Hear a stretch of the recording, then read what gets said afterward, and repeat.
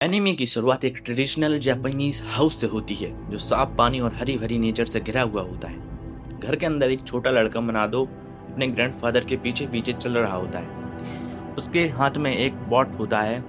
जब दोनों एक खास रूम में एंटर करते हैं तो उसके ग्रैंडफादर उसकी मदद करते हैं उस बॉट को एक ऊंची शेल्फ पर रखने के लिए। इसके बाद वो कुछ स्नैक्स देते हैं और कहते हैं कि इन्हें भी शेल्फ पर रख दो। जैसे ही मनादो स्नैक्स रखने लगता है, पास वाले रूम से एक छोटी लड़की अचानक बोलती है, जैसे उसे कोई अचानक स्मेल महसूस हो गई हो। कुछ ही सेकंड्स में वो लड़की तेजी से उस रूम में आ जाती है और मनादो का ध्यान अपने उसकी तरफ चला जाता है। इसी मौके का फायदा उठाकर वो लड़की चुपके से सारे स्नैक्स उठा लेती है और भाग जाती है। मनादो तुरंत उसके पीछे मुड़कर पलक पकड़ लेता है उसे, लेकिन वो लड़की उसे छोटी सी स्माइल देती है और अचानक से हवा में गायब हो जाती है। ये देखकर मनादो डर जाता है और सोचता है कि क्या वो कोई घोस्ट थी, लेकिन उसके ग्रैंडफादर उसे समझाते हैं कि वो लड़की असली थी। वो बताते हैं कि मनादो के पास एक स्पेशल एबिलिटी है जिससे वो ऐसी चीजें देख सकता है जो नॉर्मल लोग नहीं देख पाते। वो लड़की एक स्पेशल है जो काफी समय से उसके साथ है। तभी मनादो बड़ा हो जाता है तो वो उसके ग्रैंडफादर का घर छोड़कर एक पुराने अबैंडेड हाउस में शिफ्ट हो जाता है जो उसके किसी डिस्टेंस रिलेटिव का था। जब वो अपने नए घर की तरफ जा रहा होता है तो एक हरामा नाम का लड़का उसे देखता है और हैरान हो जाता है कि उनके एरिया में कोई नया इंसान आया है। मनादो जब अपने नए घर के पास पहुंचता है तो उसका साइज देखकर शॉक हो जाता है। घर बहुत बड़ा होता है लेकिन घर के आसपास एक डार्क कॉर्नर निकल रहा होता है जिससे उसे थोड़ा अनईजी फील होता है। फिर भी वह खुद को संभालता है और गेट खोलने की कोशिश करता है। जैसे ही उसकी की लॉक को टच करती है, एक मिस्टीरियस सी पावर एक्टिवेट हो जाती है और वो डार्क ऑरा हटा देती है। वो अपने हाथ में पकड़ा नोट चेक करता है और नोटिस करता है कि उस पर लिखा हुआ टेक्स्ट गायब हो चुका है। तभी अचानक तेज हवा चलती है और वो नोट उड़कर दूर चला जाता है। वो नोट उड़ते उड़ते एक आइसोलेटेड श्राइन पर जाके गिरता है और वहां पहुंचते ही उसका बाकी का टेक्स्ट भी पूरी तरह फेड हो जाता है। उसी श्राइन के अंदर कई गहराई में दो खतरनाक आंखें खुलती हैं, जैसे कोई पावरफुल एंटिटी जाग गई हो। वापस घर में मिनादो वो अपना सामान रखता है और क्लीनिंग के लिए लिस्ट बनाता है कि उसे क्या क्या काम करना है। अपनी मोम से फोन पर बात करते हुए वो सोचता है कि इतना बड़ा और अच्छी लोकेशन वाला हाउस किसी ने क्यों नहीं खरीदा।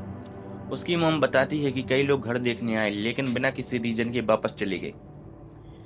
मिनादो को ये बात थोड़ी स्ट्रेंज लगी, लेकिन वो इसे ज्यादा सीरियस नहीं लेता और अपना क्लीनिंग वर्क पूरा करता है। इसके बाद वो गार्डन में चला जाता है, लेकिन वहां उसे कुछ प्लांट्स जमीन पर पड़े हुए मिलते हैं। उसे याद नहीं होता कि ये प्लांट्स वो लाया था। तभी उसे बसेस के पीछे एक स्ट्रेंज क्रिएचर दिखता है जो उसे चुप कर देख रहा होता है। कुछ देर बाद एक गार्डनर आता है और गार्डन की क्लीनिंग पूरी करता है। फिर वो मनादो से पूछता है कि नई प्लांट्स कहाँ लगाए जाए। मनादो कहता है कि वो यहाँ पर टेम्परेरी रह रहा है, इसलिए कुछ नया लगाने की जरूरत नहीं है। गार्डनर भी मान जाता है। तभी अचानक एक डार्क ऑरा गार्डनर की शोल्डर पर आ जाती है और उसे काफी पेन होने लगता है। मनादो ये देखकर परेशान हो जाता है। तभी अचानक से बहुत तेज हवा चलती है और उसका एक नोट उड़कर गार्डनर के कंधे पर टकराता है। जैसे ही नोट टच करता है, गार्डनर का पेन खत्म हो जाता है। गार्डनर खुश हो जाता है, लेकिन मनादो नोटिस करता है कि उसके नोट की राइटिंग फिर से फेड हो गई है। कुछ देर बाद उससे जमीन पर कुछ हेल्प्स मिलते हैं। वो गार्डनर से पूछता है कि अब वो इन्हें लाया है, तो गार्डनर मना कर देता है। वो कहता है कि वो कुछ एक्शन नहीं लाया, जिससे मनादो कंफ्यूज हो जाता है। अगले दिन सुबह मनादो फ्रेश एयर लेने के लिए बाहर जाता है और देखता है कि उसके डोर के बाहर स्ट्रॉबेरीज रखी हुई हैं, जैसे किसी ने गिफ्ट दिया हो। इस बार वो एक स्ट्रेंज क्रिएचर को दूर से दिखता है और उसे अपने चाइल्डहुड वाली लड़की की याद आती है। तभी उसे रियलाइज होता है कि ये कोई स्पेशल क्रिएचर है जो उसे गिफ्ट दे रहा है। वो डिसाइड करता है कि उसे थैंक यू बोलने के लिए वो भी बोलने के लिए चाहिए, इसलिए वो मार्केट जाकर कुछ ऑफरिंग खरीदता है। वापस आकर वो स्वीट्स और ड्रिंक रखता है। जैसे ही वो ये सब रखता है, एक मिस्टीरियस फॉक्स उसके गार्डन में आ जाता है जो स्वीट की स्मेल से अट्रैक्ट हुआ होता है। फिर वो फॉक्स अपना असली रूप दिखाता है और मेनादो उसे अपोलाइज करता है कि वो बिना परमिशन के आया है। मेनादो शॉक हो जाता है और पूछता है कि ये बोलने वाला व्हाइट डॉग कौन है। तो वो बताता है कि वो कोई डॉग नहीं है, उसका नाम यागामी है और वो इस माउंटेन का गॉड है। यागामी ये देखकर हैरान हो जाता है कि मनादो उसे देखकर इतना काम और शांत क्यों है।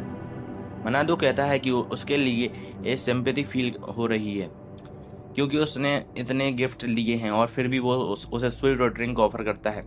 यागामी बिना हेसिटेशन के खाना शुरू कर देता है। मनादो उसे अल्कोहल भी ऑफर करता है। यागामी अल्कोहल पीने से मना कर देता है और मनादो उसे नॉर्मल पानी मांगता है क्योंकि उसकी पावर्स अभी वीक है और वो अल्कोहल हैंडल नहीं कर सकता। मनादो उसे तुरंत मार्केट से लाया हुआ पानी दे देता है। यागामी उस पानी को वैसे ही एंजॉय करता है जैसे वह अपने नेचुरल स्प्रिंग वाटर को एंजॉय करता था। फिर यागामी मिनातो को थैंक्स बोलता है और बताता है कि उसने उसकी जान बचाई है। वो समझाता है कि मिनातो की वजह से कुछ इविल स्पिरिट खत्म हो गई जो उसकी पावर ड्रेन कर रहे थे। ये सुनकर मिनातो कंफ्यूज हो जाता है क्योंकि उससे ऐसा कुछ भी याद नहीं। तभी यागामी बताता है कि उसके नोट्स की राइटिंग में स्पेशल पावर है जो इविल स्पिरिट को खत्म कर देती है। जब मिनातो को समझ में आता है कि हर बार उसकी राइटिंग क्यों गायब हो जाती है तो गार्डनर अपना टूल वापस लेने आता है। मिनातो थोड़ा ऑकवर्ड फील करता है लेकिन यागामी कहता है कि नॉर्मल लोग उसे नहीं देख सकते। गार्डनर बिना पूछे नोटिस किए बिना चला जाता है। इसके बाद मिनातो उसे फिर पानी देता है। इस बार स्पार्कलिंग वाटर। यागामी पहले शौक था, अब फिर उसके बबल्स को एंजॉय करने लगता है। मिनातो सोचने लगता है कि उसकी राइटिंग इतनी पावरफुल क्यों है। यागामी एक्सट्रैक्ट रीजन नहीं जानता तो वो पूछता है कि क्या पहले लोग उसकी कैलीग्राफी की तारीफ करते थे। मिनातो बताता है कि उसकी फैमिली पहले एक इन चलाता था जहां एक कस्टमर ने उसकी नेम प्लेट की बहुत तारीफ की थी और उसे हटाने से ही मना किया था। उसी कस्टमर ने उनसे पैसे देकर अपने लिए भी एक नेम प्लेट बनवाई थी। यागामी उसे कहता है कि वो इन्हें पूरे घर में लगा दे। जैसे ही मिनातो ऐसा करता है सभी ई प्लेट्स ग्लो करने लगती हैं और पूरे घर के चारों तरफ एक बैरियर बन जाता है। मिनातो ये देखकर शॉक हो जाता है और सोचता है यागामी कहता है कि प्रैक्टिस से वो और स्ट्रांग बन सकता है। कुछ दिन बाद यागामी फिर स्वीट खाने आता है और अपने रिक्वायर्ड पावर दिखाता है लेकिन उसकी लाइफ इतनी स्ट्रांग होती है कि मिनातो सहन नहीं कर पाता तो वो उससे कम कर देता है। इसी बीच एक अबैंडेंड प्लेस पर दो इविल स्पिरिट हरामा पर अटैक करते हैं। हरामा तुरंत चैंट करता है और एक ब्लू बैरियर बना देता है जो स्पिरिट को रोक देता है। स्पिरिट भाग जाते हैं और हरामा उनके पीछे पीछे जाता है ताकि वो किसी को नुकसान ना पहुंचा सके। पीछा करते हुए वो देखता है कि मिनातो के पास से गुजर रहा है। इससे पहले कि वो वार्न करे एक स्पिरिट मिनातो से टकरा जाता है लेकिन खुद ही डिस्ट्रॉय हो जाता है और एक छोटा ऑर्ब जमीन पर गिर जाता है जिसे कोई नोटिस नहीं करता। मिनातो बस ये नोटिस करता है कि उसकी शॉपिंग लिस्ट फिर से गायब हो गई है और वह इरिटेट हो जाता है। वो हरामा से बात करता है और हरामा कैजुअली पूछता है क्या उसे ट्रेस बैग चाहिए। लकीली वही चाहिए होते हैं तो मिनातो खुश होकर मार्केट चला जाता है। उसी समय वो और भी चुपचाप गायब हो जाता है। वापस मेंशन में यागामी गार्डनर को यागामी अपनी पावर से ठीक कर देता है। जब मिनातो लौटता है तो गार्डन फ्रेश और साफ दिखाई देता है। वो थैंक्स बोलता है लेकिन नोटिस करता है कि यागामी छोटा हो गया है। कुछ दिन मिनातो उसे और छोटी फॉर्म में देखता है और उसके साथ 3 छोटे एनिमल होते हैं। यागामी बताता है कि उसके फैमिलियर्स हैं, यूरी, उसुकी और तोका। मिनातो उन्हें स्वीट देता है और वो उसे खुशी खुशी खा लेते हैं। खाने के बाद यागामी फिर नॉर्मल साइज में आ जाता है क्योंकि उसकी एनर्जी वापस आ जाती है। तभी वो नोटिस करता है कि हरामा बाहर खड़ा होता है। मिनातो डोर खोलने को कहता है। बाहर हरामा नर्वस होता है क्योंकि उसके अंदर से स्ट्रॉन्ग प्रेजेंस फील हो रही होती है। अंदर आकर वो बताता है कि वो एक प्रोफेशनल एक्सोरिस्ट है और गवर्नमेंट एजेंसी के लिए काम करता है। फिर वो मिनातो से पूछता है कि क्या वो उसने अपने मार्केट में कुछ इविल स्पिरिट को खत्म किया था। मिनातो उस घटना को याद करता है। तब हरामा बताता है कि हाल में भी स्पिरिट बढ़ते जा रहे हैं और सिचुएशन धीरे धीरे डेंजरस होती जा रही है। अपने काम के लिए वो मिनातो से रिक्वेस्ट करता है कि वो उसके लिए एक तलिस्मान बना दे जिसमें उसकी पावर हो। मिनातो ये सुनकर कंफ्यूज हो जाता है क्योंकि उसे कुछ समझ में नहीं आता कि तलिस्मान कैसे बनाया जाता है। तभी यागामी बीच में बोलता है और कैजुअली कहता है कि बस एक शॉपिंग लिस्ट बना के दे दे। मिनातो को ये बात थोड़ी वियर्ड लगती है, फिर भी वह हरामा से पूछता है कि अब उसे शॉपिंग लिस्ट चाहिए। ये सुनकर हरामा पूरी तरह शॉक्ड हो जाता है और सोचता है कि शायद इस लिस्ट में कोई इलीगल या डेंजरस चीज़ें होंगी। लेकिन जब मिनातो नॉर्मल आइटम बोलना शुरू करता है जैसे टी और टॉयलेट पेपर, तो हरामा सरप्राइज हो जाता है। सरप्राइज में अपना टी ही उगल देता है और इरिटेट हो जाता है। फिर भी वह मिनातो की पूरी लिस्ट लिख देता है। जैसे ही हरामा उस लिस्ट को ध्यान से देखता है उसे में एक स्ट्रेंज पावर फील होती है। उसी समय मिनातो को अचानक से थकान महसूस होने लगती है। यागामी उसे याद दिलाता है कि उसने अभी अपनी पावर का यूज किया है, इसलिए वो टायर्ड हो गया है।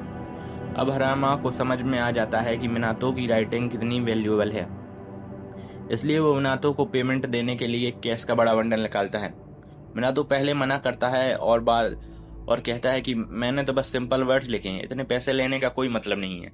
लेकिन हरामा कामली बोलता है कि वो उसकी पावर का सही वैल्यू देना चाहता है और कम पैसे नहीं देगा। आखिर में मिनातो थोड़ी हेसिटेशन के बाद एक्सेप्ट कर लेता है। इसके बाद मिनातो डिसाइड करता है कि वो हरामा को एक एक्स्ट्रा गिफ्ट देगा। वो उसके हाथ पर एक पेंटागन सिंबल बना देता है और बताता है कि ये एक्सोरिस्ट के काम में आएगा। तब हरामा को एक अर्जेंट कॉल आता है और वो तुरंत वहां से निकल जाता है। जब हरामा लोकेशन पर पहुंचता है तो देखता है कि उसके एक कलीग्स को एक बहुत टफ और डेंजरस इविल स्पिरिट्स से घिरे हुए हैं जिसे उन्होंने पहले कभी नहीं देखा था। सिचुएशन काफ़ी सीरियस होती है, लेकिन हरामा बिना डरे चीज़ों से स्पिरिट की तरफ बढ़ता है। जैसे ही वो पास पहुंचता है, स्पिरिट उसकी तरफ मुड़ता है और अटैक करने वाला होता है। लेकिन उसी समय शॉकिंग चीज़ होती है, हरामा के हाथ पर बना पेंटागन सिंबल एक्टिवेट हो जाता है और भी स्पिरिट को पूरी तरह डिस्ट्रॉय कर देता है। ये देखकर हरामा खुद हैरान हो जाता है और उसे मिनातो की अगली पावर का अंदाजा हो जाता है कि वो कितनी स्ट्रांग है। इसी कुछ दिनों में यामागामी का आना जाना मिनाटो की लाइफ का नॉर्मल हिस्सा बन जाता है। एक दिन मिनाटो अपने खर्चे कैलकुलेट करता है और नंबर्स देखकर शॉक हो जाता है। वो खुद जॉबलेस है और अपना खर्च उठाना ही मुश्किल है। ऊपर से यामागामी और उसके फेमिलियर्स का एक्सपेंसिव फूड मैनेज करना उसके लिए भारी पड़ने लगता है। वो एक बार बजट फूड देने की कोशिश करता है, लेकिन फेमिलियर्स को ये बिल्कुल पसंद नहीं आता। मजबूरी में उसे फिर प्रीमियम फूड देना पड़ता है, जिससे उसकी सेविंग्स तेजी से खत्म होने लगती हैं और वो फ्यूचर को लेकर टेंशन में आ जाता है। इसी दौरान यामागामी नोटिस करता है कि गार्डन में क्वाइटली एक छोटा पत्थर जैसा कुछ अपीयर हुआ है, लेकिन मिनाटो इस पर ध्यान नहीं देता। कुछ देर बाद मिनाटो जॉब हंट के लिए निकलता है। उसे पहले से ही डाउट होता है कि जॉब मिलना मुश्किल है और पार्ट टाइम इनकम से इतना खर्च संभालना पॉसिबल नहीं होगा। तभी उसे एक रैफल दिखती है और वो अपनी लक ट्राई करता है। सरप्राइजिंगली वो ग्रैंड प्राइज जीत जाता है, 1 लाख येन। थोड़ा खुश होकर वो सेलिब्रेशन के लिए ड्रिंक्स लेने स्टोर जाता है, जहां वो 333rd कस्टमर बन जाता है। ओनर इस नंबर को लकी मानकर उसे बेस्ट ड्रिंक्स गिफ्ट कर देते हैं। इसके बाद उसकी लक और भी क्रेजी हो जाती है। वो बार बार जैकपॉट जीतने लगता है और धीरे धीरे मिलियनेयर बन जाता है। घर लौटकर वो यामागामी से पूछता है कि क्या उसने ये सब किया है, लेकिन यामागामी मना करता है और पॉन्ड की तरफ इशारा करता है। वहाँ एक टर्टल दिखता है जिसका नाम रेकी है, एक सीक्रेट बीस्ट जो गुड लक देता है। यामागामी बताता है कि मिनाटो ने अननोइंगली रेकी की मदद की थी जब उसने एक इविल स्पिरिट को डिस्ट्रॉय किया था, इसलिए रेकी उसे रिवॉर्ड दे रहा है। मिनाटो को पहले डाउट होता है, लेकिन तभी उसकी मॉम का कॉल आता है और वो बताती है कि उसने 1 मिलियन येन जीता है। अब मिनाटो को पूरा विश्वास हो जाता है। यामागामी कहता है कि रेकी पॉन्ड में रहना चाहता है और उसकी वजह से मिनाटो आराम से जी सकता है, इसलिए वो उसे परमिशन दे देता है। वो उसे थैंक्स बोलने के लिए ड्रिंक्स ऑफर करता है और रेकी तुरंत टेलीपोर्ट होकर आ जाता है। फिर एक ग्लोइंग ऑर्ब अपीयर होता है और उसमें से सीड्स निकलते हैं जो रेकी का गिफ्ट होते हैं। लेकिन यामागामी वार्न करता है कि ये सीड्स बहुत बड़ा प्लांट बनेंगे और अगर सही जगह पर नहीं लगाए गए तो पूरा गार्डन डिस्ट्रॉय हो सकता है। ये सुनकर मिनाटो उससे पूछता है कि इन्हें सेफली ग्रो करने का सही तरीका क्या है। सीड्स लगाने से पहले यामागामी केयरफुली एक सेफ स्पॉट चूज करता है ताकि प्लांट अच्छे से ग्रो हो सके। मिनाटो सीड्स लगाते वक्त सोचता है कि ये कौन सा प्लांट बनेगा, लेकिन यामागामी इसे सरप्राइज रखता है और कुछ नहीं बताता। कुछ दिनों बाद मिनाटो गार्डन में कुकीज लेकर आता है यामागामी और उसके फेमिलियर्स के लिए। तभी अचानक दो छोटे स्पिरिट्स फुजिन और रेन छत से झांकते हैं, जिससे मिनाटो डर कर ऑलमोस्ट जंप कर जाता है। यामागामी उन्हें इंट्रोड्यूस करता है और मिनाटो समझ जाता है कि ये विंड और लाइटनिंग स्पिरिट्स हैं। स्टोरीज में ये डेंजरस होते हैं, लेकिन असल में दोनों काफी क्यूट लगते हैं। मिनाटो उन्हें कुकीज ऑफर करता है और वो खुशी से खा लेते हैं। फिर दोनों यामागामी का मजाक उड़ाते हैं कि वो ऑलमोस्ट मरने वाला था, लेकिन यामागामी कॉन्फिडेंटली कहता है कि वो इतनी आसानी से नहीं मरेगा। तभी उसके फेमिलियर्स गुस्सा हो जाते हैं क्योंकि उनकी कुकीज खा ली गई होती हैं। जब मिनाटो पूछता है कि वो यहाँ क्यों आए हैं, तो स्पिरिट्स बताते हैं कि वो क्यूरियोसिटी में आए हैं क्योंकि उन्होंने मिनाटो के गार्डन के बारे में सुना था। तभी उनकी नज़र रेकी पर पड़ती है, जो अपने बोल से ड्रिंक कर रहा होता है। मिनाटो उन्हें भी ड्रिंक ऑफर करता है। ड्रिंक खत्म करने के बाद फुजिन खुश होकर मिनाटो को अपनी विंड पावर गिफ्ट कर देता है। मिनाटो शॉक हो जाता है और पूछता है कि इसे यूज कैसे करे। यामागामी इसे सिंपल तरीका बताता है। इमेजिन करो कि तुम हवा कंट्रोल कर रहे हो। मिनाटो ट्राई करता है और थोड़ी देर में हल्की हवा उसी डायरेक्शन में चलने लगती है। वो खुश हो जाता है और यामागामी कहता है कि प्रैक्टिस से ये पावर और स्ट्रांग बनेगी। दूसरी तरफ एक डार्क फैसिलिटी में हरामा ईवल स्पिरिट से लड़ रहा होता है। वो एक स्पिरिट को डिस्ट्रॉय करता है और नोटिस करता है कि मिनाटो का पेंटाग्राम धीरे धीरे फेड हो रहा है, जिससे उसे थोड़ा अफसोस होता है। तभी उसके टीममेट्स पैनिक में चिल्लाते हैं। आकिजियो एक बड़े ईवल स्पिरिट के सामने फंस गया है और उसकी पार्टनर होरावा हेल्पलेस खड़ी है। जैसे ही स्पिरिट अटैक करने वाला होता है, हरावा सही समय पर पहुंचता है और उसे अपनी शॉपिंग लिस्ट से डिस्ट्रॉय कर देता है। बाद में जब वो होरावा को चेक करता है, आकिजियो इरिटेट हो जाता है। वो होरावा से हरामा की पावर का सीक्रेट पूछता है, लेकिन उसे कुछ पता नहीं होता। इससे आकिजियो और गुस्सा हो जाता है और होरावा कंफ्यूज्ड होकर वहां से चली जाती है, जबकि आकिजियो अपनी ईगो के साथ अकेला रह जाता है। कुछ दिन बाद मिनाटो फिर गार्डन आता है और नोटिस करता है कि बाहर बारिश हो रही है, लेकिन गार्डन पर उसका कोई असर नहीं है। यामागामी बताता है कि यहाँ मैजिकल बैरियर है जो वेदर को अंदर आने नहीं देता। मिनाटो देखता है कि सीड्स अब छोटे सैम्पलिंग बन चुके हैं। यामागामी बताता है इसका नाम कुसेनिनोई है और ये इस घर का सेक्रेट ट्री बनेगा। मिनाटो खुश होकर उसकी केयर करता है। फिर मिनाटो अपने बैग से हाइकिंग गियर निकालता है और बताता है कि वो माउंटेन पर जाना चाहता है। यामागामी उसे वार्न करता है कि ये आसान नहीं है, लेकिन आखिर में परमिशन देता है, बस श्राइन से ऊपर नहीं जाना। मिनाटो फेमिलियर्स के साथ माउंट होजो पर हाइकिंग शुरू करता है। रास्ता टफ होता है और वो स्ट्रगल करता है, लेकिन स्पिरिट्स उसे मोटिवेट करते रहते हैं। लंबी चढ़ाई के बाद वो एक क्लियरिंग में पहुंचता है, जहां उसे यामागामी का टूटा हुआ श्राइन दिखता है। स्पिरिट्स कहते हैं कि इसे छोड़ दो, लेकिन मिनाटो रिस्पेक्ट के लिए इसे रिपेयर करना चाहता है। उसकी सिंसियरिटी देखकर स्पिरिट्स भी उसकी मदद करते हैं और मिलकर श्राइन ठीक कर देते हैं। तभी अचानक पास के फॉरेस्ट से अजीब आवाजें आती हैं। स्पिरिट्स तुरंत इन्वेस्टिगेट करने जाते हैं और मिनाटो भी उनके पीछे चला जाता है। वहां जाकर वो देखते हैं कि वाटरफॉल के पास ब्लैक मिस्ट जमा हो रही है। उसी मिस्ट से एक पावरफुल ईविल स्पिरिट निकलता है और एक मार्टिन पर अटैक करता है, जो डरकर मिनाटो की बाहों में छिप जाता है। स्पिरिट्स बताते हैं कि इस ईविल स्पिरिट ने किसी और क्रीचर को अब्सॉर्ब कर लिया है। मिनाटो से पूछा जाता है कि क्या वो इसे देख सकता है। वो कहता है कि वो नॉर्मली गुड स्पिरिट्स ही देख पाता है, लेकिन ये इतना पावरफुल है कि उसे थोड़ा दिख रहा है। तभी उसे एक आइडिया आता है। वो अपने बैग से बहुत सारी नोट्स निकालकर हवा में उछाल देता है और विंड मैजिक से उन्हें मशीन गन की तरह स्पिरिट पर शूट करता है। इस बार प्लान काम करता है। एक नोट सीधे स्पिरिट को हिट करती है और वो इंस्टेंटली गायब हो जाता है। स्पिरिट के खत्म होते ही एक ग्लोइंग ऑर्ब नीचे गिरता है। जब वो खुलता है तो अंदर एक स्ट्रेंज क्रीचर दिखता है। मिनाटो पास जाता है, लेकिन क्रीचर डरकर भाग जाता है। मिनाटो थोड़ा सैड होता है, लेकिन खुश भी होता है कि वो सेफ है। कुछ देर बाद मिनाटो घर लौटता है।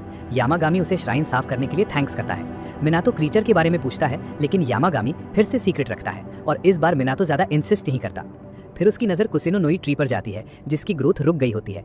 मार्टिन्स बताता है कि ये सीक्रेट ट्री है, इसलिए इसका ग्रोथ नॉर्मल नहीं होता। तभी रेकी उसे डोर की तरफ अलर्ट करता है। बाहर मिनाटो एक छोटा ब्लू ड्रैगन हवा में तैरता देखता है। ड्रैगन पोलाइटली ग्रीट करता है और मिनाटो भी रिस्पेक्ट दिखाता है। मिनाटो उसे अंदर बुलाता है। यामागामी बताता है कि उसका नाम ओरियो है और वो 4 फॉर्चून बीस्ट्स में से एक है। ओरियो कुसेनोनोई ट्री को देखता है और बाहर जाके अपनी पावर यूज करता है। अचानक गार्डन के ऊपर डार्क क्लाउड्स आ जाते हैं और स्पेशल एनर्जी वाली रेन शुरू होती है, जो कुछ ही सेकंड्स में ट्री को मैसिव सेक्रेट ट्री बना देती है। बारिश रुकने के बाद ओरियो पॉन्ड में रहने की परमिशन मांगता है। मिनाटो रेकी से कंफर्म करता है और जब कोई प्रॉब्लम नहीं होती तो ओरियो वहीं रहने लगता है। यामागामी बताता है कि ओरियो मिनाटो को पसंद करता है, क्योंकि हरामा की पेंटाग्राम पावर से फ्री होते वक्त उसने महसूस किया था कि उसकी पावर का सोर्स मिनाटो है। तभी हरामा खुद आ जाता है और मिनातो से घोस्ट रिपेलेंट नोट्स मांगता है। मिनातो नोट्स देता है और बदले में हरामा उसे टेस्टी डिजर्ट देता है। यामागामी फूड देखकर एक्साइटेड हो जाता है। मिनातो पेंटाग्राम के बारे में पूछता है तो हरामा उसकी बहुत तारीफ करता है और कहता है कि उसकी पावर एक्सेप्शनल है। फिर वो नया डिजाइन बनाने को कहता है क्योंकि पेंटाग्राम किसी दूसरी फैमिली का क्रेस्ट है। मिनातो नया डिजाइन बना देता है। हरामा का कोवर्कर कहता है कि नोट्स यूज करना मुश्किल है, लेकिन हरामा बताता है कि अब वो सॉलिड बिजनेस कार्ड्स बनवाता है जिन्हें आसानी से थ्रो किया जा सकता है। कोवर्कर मजाक करता है कि अब वो सुपर हीरो बन सकता है। फिर वो सीरियस होकर वार्निंग देता है कि मिनातो की आइडेंटिटी सीक्रेट रहनी चाहिए क्योंकि कोई भी इविल पर्सन उसकी पावर मिसयूज कर सकता है। वो बताता है कि आकीजुओ को ऑलरेडी मिनातो के बारे में पता है। दूसरी तरफ मार्केट में मिनातो की मुलाकात आकीजुओ से होती है। आकीजुओ से घूरकर बिना कुछ बोले चला जाता है। मिनातो कंफ्यूज रहता है लेकिन आगे बढ़ जाता है। उसे ये नहीं पता चलता कि आकीजुओ ने चुपके से उसके पीछे तालिस्मन लगा दिया है। कुछ दिन बाद मिनातो शॉपिंग लिस्ट लिख रहा होता है, तभी यामागामी उस इविल तालिस्मन को नोटिस करता है। उसे हरामा की वार्निंग याद आती है और वो तुरंत उसे डिस्ट्रॉय कर देता है। बाद में आकीजुओ खुद मिनातो के घर आता है क्योंकि उसके तालिस्मन्स फेल हो चुके होते हैं। वो होरावा के साथ आता है। होरावा पूछती है कि वो मिनातो से मिलकर क्या करेगा। आकीजुओ कहता है कि वो या तो उसकी तालिस्मन्स बल्क में खरीदेगा या उसे फोर्स करेगा स्पेशल आर्टिफैक्ट्स बनाने के लिए। होरावा घर के आसपास स्ट्रॉन्ग मैजिकल एनर्जी फील करती है और एक स्ट्रेंज रिंगिंग साउंड सुनती है लेकिन समझ नहीं पाती। आकीजुओ डोर बेल बजाता है और जब डोर नहीं खुलता तो गुस्से में उसे किक करता है। तभी उसके शरीर में अजीब पावर दौड़ती है और वो गिर जाता है। जब वो उठता है तो खुद को एक डरावनी जगह पर पाता है जहां एक स्ट्रेंज श्राइन बना होता है। वो होरावा को बुलाता है लेकिन कोई जवाब नहीं आता। डरा हुआ आकीजुओ चारों तरफ देखता है और समझ नहीं पाता कि वो किस ट्रैप में फंस गया है। आकीजुओ को बहुत डर लगता है और वो वहां से भागने की कोशिश करता है, लेकिन जैसे ही वो दौड़ता है एक पेड़ अपनी जड़ें उसके रास्ते में फैला देता है और वो ठोकर खाकर जोर से गिर जाता है। उसका चेहरा पत्थर से टकराता है और उसे लगता है जैसे उसकी मौत हो गई हो, लेकिन अगले ही मोमेंट वो फिर से उसी श्राइन के पास जाग जाता है। वो अपनी वॉच चेक करता है और शॉक हो जाता है क्योंकि टाइम एक सेकंड भी आगे नहीं बढ़ा। अब उसका डर और भी बढ़ जाता है। फिर उसकी नजर हवा में लटक रहे बहुत सारे टैलिस्मन्स पर पड़ती है जिनसे अजीब एनर्जी निकल रही होती है। वो क्लियरली फ्रेंडली नहीं लगती और ये देखकर आकीजुओ पूरी तरह घबरा जाता है। दूसरी तरफ मिनातो घर पर आराम से अपनी शॉपिंग लिस्ट कंप्लीट कर रहा होता है। पास में यामागामी एक लोकल मैगजीन पढ़ रहा होता है। उसमें उसे पता चलता है कि उसका फेवरेट बीन बन मेकर अब स्मूथ पेस्ट की जगह चंकी पेस्ट यूज कर रहा है। ये सुनकर यामागामी गुस्सा हो जाता है। मिनातो उसका रिएक्शन देखकर समझ जाता है कि ये सीरियस मैटर है। उसे याद आता है कि उस बन मेकर का नाम इचिगो है। यामागामी को शांत करने के लिए मिनातो डिसाइड करता है कि वो इचिगो से मिलकर उसे कन्विंस करेगा कि वो फिर से स्मूथ बन्स बनाए। यामागामी भी उसके साथ जाने का डिसाइड करता है। मिनातो थोड़ा वरीड होता है कि लोग यामागामी को देख लेंगे, लेकिन यामागामी बताता है कि ज्यादातर लोग उसे देख ही नहीं सकते, बस उसकी प्रेजेंस फील करते हैं। रास्ते में दोनों एक पेट शॉप में जाते हैं। यामागामी एक सिंपल डॉग बोल चुनता है लेकिन मिनातो को ये पसंद नहीं आता। वो उसके लिए एक बेटर वेसल खरीदता है। फिर कुशन लेने पर यामागामी पहले मना करता है लेकिन सॉफ्टनेस फील करके तुरंत मान जाता है। मिनातो उसके लिए एक बड़ा कस्टम कुशन भी ऑर्डर कर देता है। फिर दोनों इचिगो की बेकरी पहुंचते हैं। इचिगो मिनातो को पहचान लेता है और पूछता है कि क्या वो यामागामी के माउंटेन पर गया है। मिनातो हाँ कहता है तो इचिगो धीरे से पूछता है कि क्या उसने वहाँ होली डॉग देखा है। पीछे खड़ा यामागामी ऑफेंड हो जाता है और कहता है कि वो डॉग नहीं वुल्फ है। मिनातो स्मार्ट तरीके से डायरेक्ट आंसर नहीं देता और कहता है कि उसने कोई मैजिक डॉग नहीं देखा। फिर इचिगो अपनी चाइल्डहुड स्टोरी बताता है। वो कहता है कि बचपन में वो माउंटेन में खो गया था और एक स्ट्रेंज श्राइन तक पहुंच गया। वहां एक मिस्टीरियस डॉग बार बार उसे दूसरी डायरेक्शन में भगाता रहा। आखिर में वो माउंटेन के बेस तक पहुंच गया और समझ गया कि वो डॉग उसे सही रास्ता दिखा रहा था। अब वो इचिगो को गाइडिंग डीमन डॉग मानता है। ये सुनकर यामागामी फिर गुस्सा हो जाता है, लेकिन इचिगो बताता है कि वो उस होली डॉग की रिस्पेक्ट करता है।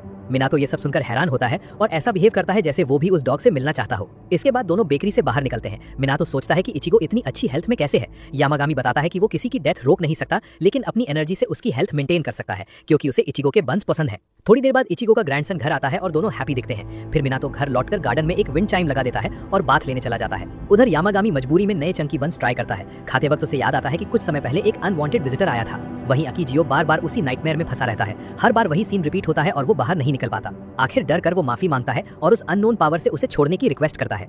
उसकी अपॉलॉजी सुनकर यामागामी उसे रिलीज कर देता है। आकीजुओ वापस रियल वर्ल्ड में आ जाता है और होरावा से पूछता है कि वो कितनी देर से वेट कर रही थी।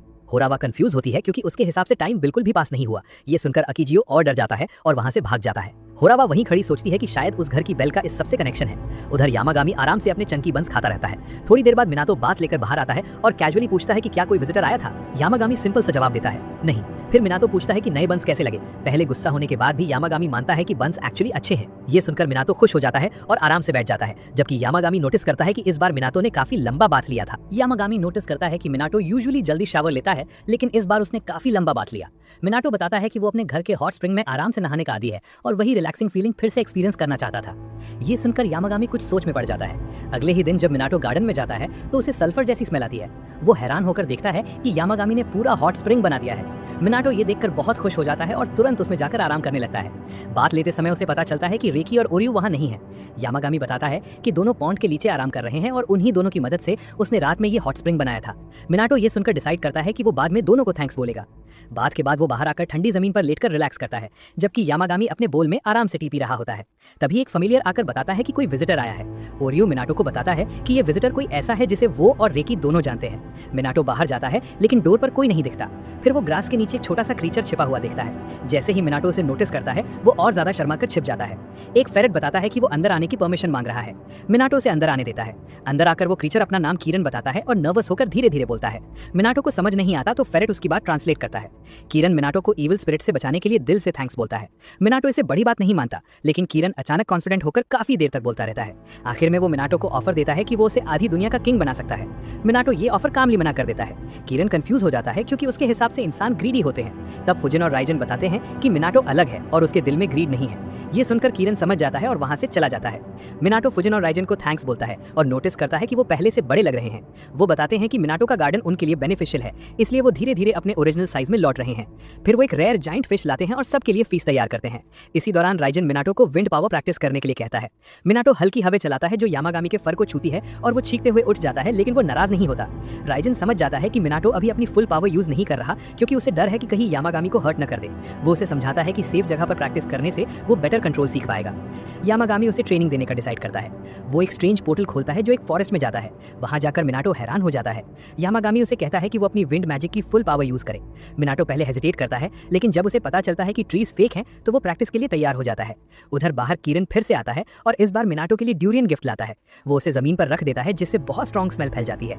रेकी और ओरियो उस स्मेल से परेशान होकर उसे डांटते हैं कि वो ऐसा फ्रूट क्यों लाया। कीरन अपसेट हो जाता है कि उसका गिफ्ट पसंद नहीं आया और वो चुपचाप वहां से चला जाता है। इधर मिनाटो फॉरेस्ट के अंदर अपनी ट्रेनिंग शुरू करने वाला होता है और अपनी पावर को नेक्स्ट लेवल पर ले जाने के लिए पूरी तरह से रेडी हो जाता है।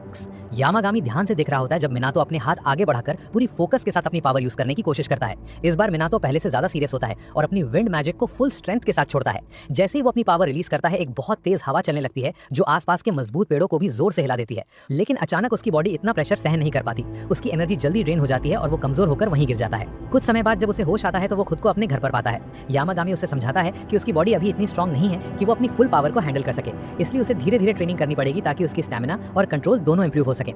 इसके बाद मिनाटो रेगुलरली यामागामी के साथ ट्रेनिंग शुरू कर देता है। वो अपनी विंड मैजिक को बेटर कंट्रोल करना सीखता है, अपनी स्टैमिना बढ़ाता है और धीरे धीरे अपनी लिमिट्स को पुश करता है। हर दिन प्रैक्टिस करने से उसकी स्ट्रेंथ बढ़ती जाती है और वो पहले से ज्यादा कॉन्फिडेंट फील करने लगता है।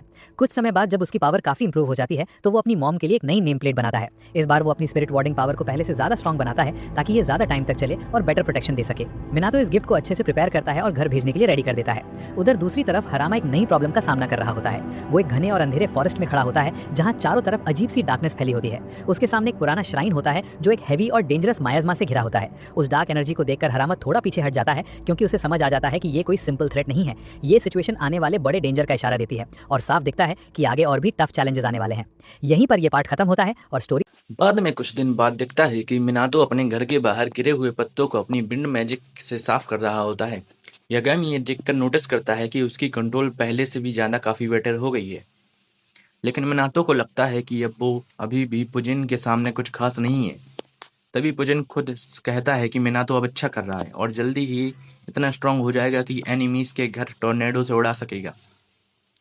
मिनाटो उसे अश्योर करता है कि वो अपनी पावर का गलत यूज नहीं करना चाहता। फिर रन में जैक में पूछता है कि क्या मिनाटो लाइटनिंग पावर लेना चाहेगा, लेकिन तुरंत वो मना कर देता है। इसके बाद मिनाटो नोटिस करता है कि आगामी के मिनियंस नजर नहीं आ रहे। तभी आगामी बताता है कि माउंटेन वाली फाइट के बाद वे यूजलेस साबित हुए थे, इसलिए उन्हें ट्रेनिंग पर भेज दिया गया है। सीन बदलता है और एक बड़े पेड़ के नीचे वह 3 पैरट्स यानी मिनियंस दिखाई देते हैं जो गहरी नींद में सो रहे होते हैं। सिंपल ट्रेनिंग से ही वो थक गए हैं। थोड़ी देर बाद मिनाटो सबके लिए स्वीट पोटैटोस रोस्ट करता है। यागामी और ओरियो आराम से उन पोटैटो को खाते हैं और मिनाटो रेकी को ड्रिंक भी देता है। वो पुजिन और रेन को भी पूछता है, लेकिन दोनों एटीट्यूड में मना कर देते हैं और कहते हैं कि वो सेकंड में पोटैटोस बना सकते हैं। डेमो के लिए पुजिन पोटैटोस हवा में उड़ाता है और रेन लाइटनिंग से उसे कुक करता है। दोनों ब्राउन होते हैं, लेकिन मिनातो देखता है कि पोटैटो जल चुके हैं। सभी एक रेड फ्रूट तभी एक रेड फ्रूट लुढ़कता हुआ मिनातो के पास आता है। वो समझ जाता है कि ये कैरन कैरन ने दिया है और गिफ्ट लाया है। मिनातो थैंक्स बोलता है और फिर स्वीट पोटैटोस ऑफर करता है कि उसे यह पसंद आया। तो यागामी बताता है कि उसे बियर पसंद है। अचानक डोरबेल बजती है और मिनातो बाहर जाकर देखता है कि हरामा बहुत थका हुआ खड़ा हुआ होता है। वो कुछ बोल ही नहीं पाता और मिनातो की बाहों में गिर जाता है। थोड़ा रेस्ट और पानी मिलने के बाद हरामा बोल पाता है कि वो कहता है कि मिनातो के घर घर में प्रेशर बहुत ज़्यादा है, क्योंकि यहाँ कोई मैजिकल क्रिएचर्स रहते हैं। लेकिन मिनातो ऐसा बिहेव करता है जैसे उसे कुछ पता ही नहीं है। फिर हरामा बताता है कि उसे एक बहुत डेंजरस इविल स्पिरिट मिला था, जिसे जापानीज एक्सोरिस्ट भी नहीं हरा पाए। वो एक कष्ट डॉल से आया है, जिसे टेम्पल में प्यूरिफाई करने लाया गया था। लेकिन प्रीस्ट की मौत हो गई और पूरा टेम्पल हॉन्टेड बन गया। हरामा कहता है कि वो स्पिरिट शायद यागामी जितना स्ट्रांग है कि अभी वो खुद अंदर ही नहीं जा पाया। मिनातो पूछता है कि क्या वो उससे हेल्प क्यों मांग रहा है। तब हरामा बताता है कि वो टेम्पल एक अलग फेस में है, नॉर्मल वर्ल्ड से अलग। उसे लगता है कि मिनातो मैजिकल विंग्स को देख सकता है, इसलिए वो अंदर जा सकता है। ये सुनकर यागामी गुस्से में आ जाता है और हरामा पर प्रेशर डालता है। हरामा डर जाता है, लेकिन पेरेंट्स बीच में आकर उसे काम कर देते हैं। फिर मिनातो पूछता है कि क्या वो हेल्प करेगा। यागामी गुस्से में मान जाता है, लेकिन कंडीशन रखता है कि हरामा उसे राइस केक और बीन पेस्ट जैसे ट्रीट देगा। इसके बाद वो कहता है कि वो खुद नहीं जाएगा, बल्कि रिमोट सपोर्ट देगा और उसे मिनियंस पोर्टल खोलेंगे। आगे फिर मिनातो पेरेंट्स के साथ निकलने की तैयारी करता है। सबको गुड बाय कहकर वो माउंटेन टेम्पल के लिए निकल जाता है। निकलते वक्त यागामी नोटिस करता है कि गुस्से नोई ट्री को एक लीफ मिनातो की शर्ट पर चला गया है। फिर मिनातो और पैरेट्स लंबा सफर करके उस एरिया में पहुंचते हैं जहां टेम्पल है। सिटी में एंटर करने के बाद वो हरामा को डायरेक्शन फॉलो करता है, लेकिन रास्ते में पैरेट्स एक डिजर्ट शॉप देखकर डिस्ट्रैक्ट हो जाते हैं और आखिर में सब रुककर फ्रेश डिजर्ट एंजॉय करने लग जाते हैं। तीनों लोग एप्पल पाई खाते हुए लंच कर रहे होते हैं। तभी मिनातो नोटिस करता है कि बाहर से एक क्रो बार बार आवाज करके उन्हें बुला रहा है। एक पैरट बताता है कि वो उन्हें रास्ता दिखा रहा है, तो मिनातो तुरंत उसके पीछे चल पड़ता है। कुछ देर बाद वो एक ऐसे एरिया में पहुंचते हैं जब ब्लैक मिस्ट फैली हुई होती है और वहां का प्रेशर बहुत ज्यादा हैवी होता है। टेम्पल के पास पहुंचकर मिनातो सीढ़ियां चढ़कर गेट के सामने खड़ा हो जाता है। वो देखता है कि क्रो अंदर जाने से डर रहे हैं, क्योंकि अंदर का माइसमा बहुत खतरनाक है। फिर हरामा को कॉल करके बताता है कि वो पहुंच चुका है। हरामा, जो अपने पार्टनर के साथ पीछे खड़ा होता है, वो कंफर्म करता है कि हाँ, वो वहीं है। जब उसका एक फ्रेंड अंदर जाने की कोशिश करता है तो वो बताता है कि वो सब लोग आगे बढ़ नहीं पा रहे थे। हरामा मिनातो से कहता है कि अगर वो अकेले आगे जाए, लेकिन वार्निंग भी देता रहे कि डेंजर लगे तो तुरंत लौट आना। वार्निंग भी देता है कि अगर डेंजर लगे तो वापस लौट आना। मिनातो मान जाता है, लेकिन जैसे ही गेट छूता है एक स्ट्रांग फोर्स उसे पीछे धकेल देती है। तब तीनों पैरेट्स अपनी पावर मिलाकर एक गेट को मैजिक पोर्टल में बदल देते हैं। गेट खुलते ही वो सब अंदर चले जाते हैं। थोड़ी देर बाद मेन बिल्डिंग तक पहुंच जाते हैं, जहां पेरेंट्स बताते हैं कि अंदर बहुत सारी डॉल्स हैं।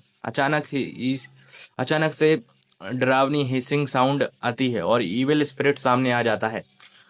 वो दीवार तोड़कर बाहर निकलता है और डार्क टैंकटल्स से अटैक करता है।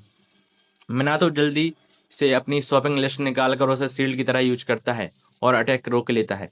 अटैक खत्म होते ही कई डॉल्स गिर जाती हैं, लेकिन अगर और डॉल्स बाहर आ जाती हैं और पैरेट्स उनसे फाइट करने लगते हैं। तीन डॉल्स को हराने के बाद पुजिन की ओवर कॉन्फिडेंट हो जाता है और एक डॉल को इग्नोर कर देता है। वो डॉल अचानक अटैक करके उसे अपने बालों में फंसा लेती है, लेकिन फिर उसके बाल काट कर उसे बचा लेता है। इसके बाद सब थोड़ी राहत महसूस करते हैं। तभी फाइनल बॉस डॉल सामने आती है और उसके अंदर डार्क एनर्जी भरी होती है और वो हवा में उड़कर जोर से चीखती है। उसकी आवाज़ से चारों तरफ डार्कनेस फैल जाती है और सभी लोग फाइट के लिए रेडी हो जाते हैं। मिनाटो अपनी मेमोरी हवा में फेंक कर अटैक करता है, लेकिन पावरफुल डॉल उन्हें आसानी से तोड़ देती है।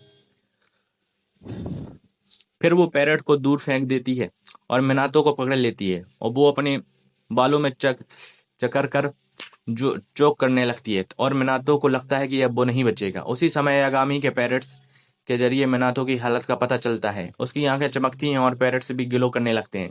फिर वाइट वुल्फ दूर से रोर करता है और पैरेट्स भी उसके साथ रोर करने लगते हैं। उनकी कंबाइंड पावर से वो इविल डॉल को हरा देते हैं और मिनातो आज़ाद हो जाता है। डॉल जमीन पर गिर जाती है और पैरेट उसकी हालत चेक करते हैं। मिनातो देख रहा है कि डॉल अभी भी हिल रही है, तो वो उस पर वॉइड लिखकर उसकी इम्प्योरिटी हटा देता है, लेकिन पैरेट बताते हैं कि असली डीमन अभी भी बाकी है। वो मेन बिल्डिंग के अंदर जाते हैं और एक मिस्टीरियस ऑर्ब पाते हैं जहां डार्क इम्प्योरिटी से भरा हुआ होता है। पैरेट कहते हैं कि इसके अंदर पावरफुल क्रिएचर हैं और इसे प्योरीफाई करना जरूरी है। मिनातो फोर्स ढूंढता है, लेकिन उसके पास कुछ नहीं होता। फिर वह फिर उसे एक ब्लैक नोटबुक मिलती है और वो उस पर बस लिखकर और पर यूज करता है, लेकिन कोई असर नहीं होता। तभी आसमान की फेस धूप धूप लगने लगती है और सब पैनिक हो जाते हैं। डर के मारे एक पैरेट मिनाटो की साइड में छिप जाता है और वहां उसे कुसेनोई ट्री का लीफ मिलता है। वो तुरंत मिनातो को दे देता है। मिनातो समझ जाता है कि ये सेक्रेट पावर है। वो स्लीप पर अपना सर देन कुसिनोई लिख रहा है और यूज करता है। फिर उसकी पावर काम आती है और इविल स्पिरिट खत्म हो जाता है। मिनातो और पैरेट्स के साथ बाहर भागता है। बाहर हरामा देखता है कि टेम्पल गिर रहा है और वो अंदर जाने की कोशिश करता है, लेकिन हरामा उसे रोक देता है। अंदर मिनातो और बाकी लोग एग्जिट की तरफ भागते हैं, लेकिन फेस धीरे धीरे कोलैप्स हो रहा होता है। जैसे ही वो बाहर निकलने वाले होते हैं, एक बड़ा पेड़ उखड़कर मिनाटो की तरफ गिरने लगता है। मिनाटो आंखें बंद करके अपने एंड के लिए तैयार हो जाता है। तभी अचानक पूजन और रायन वहां आ जाते हैं और मिलके एक बड़े पेड़ को एक ही अटैक में काट देते हैं। फिर वो दोनों मिलकर स्ट्रॉन्ग बाइंड बनाते हैं जो स्ट्रेंज हाउस को तोड़ देती है। पियर्स और मिनाटो बाकी सबको धक्का देकर टेजेक्ट की तरफ एग्जिट की तरफ भेज देते हैं। कुछ देर बाद सब लोग रियल वर्ल्ड में वापस आ जाते हैं और होश में आ जाते हैं। सीओ कंफ्यूज हो जाता है और कि उन्हें किसने बचाया, क्योंकि उन्होंने किसी को देखा ही नहीं। तभी पुजिन और रायन सामने आते हैं और दोनों स्पिरिट मिनाटो को लीड करते हैं और कहते हैं कि आखिर उन्हें हमारी हेल्प लेनी ही पड़ी। मिनाटो थोड़ा शर्मिंदा होकर माफी मांगता है और कहता है कि उसने उन्हें बेकार में ट्रबल में किया डाल दिया। थोड़ी देर बाद हरामा दिल से उनका थैंक यू करता है, क्योंकि उसने बड़ी मदद की थी। मिनाटो उन्हें अपने घर पर बारबेक्यू के लिए इनवाइट करता है, लेकिन हरामा बीमार होने की वजह से मना कर देता है। जाने से पहले वो मिनातो को प्रीमियम फूड का एक बैग देता है। मिनातो अंदर जाता है और बाकी सबको बारबेक्यू एंजॉय करते हुए देखता है। सब लोग टेस्टी खाना खा रहे होते हैं और माहौल काफी खुशनुमा होता है। फिर मिनाटो ड्रिंक लेकर पुजिन और रायन के पास जाता है। उसके बाद वे आराम कर रहे होते हैं। वे दोनों आराम से ड्रिंक एंजॉय कर रहे होते हैं। तभी केरिन भी बीच में आ जाता है, तो मिनातो उसे भी ड्रिंक दे देता है। खुश होकर करिन उसे थैंक्स करता है, लेकिन रैंकी अचानक आकर उसे ब्रेक दे देता है क्योंकि उसकी स्मेल खराब होती है। इसके बाद करीन और रेकी के बीच बहस शुरू हो जाती है, लेट अच्छा है कि नहीं।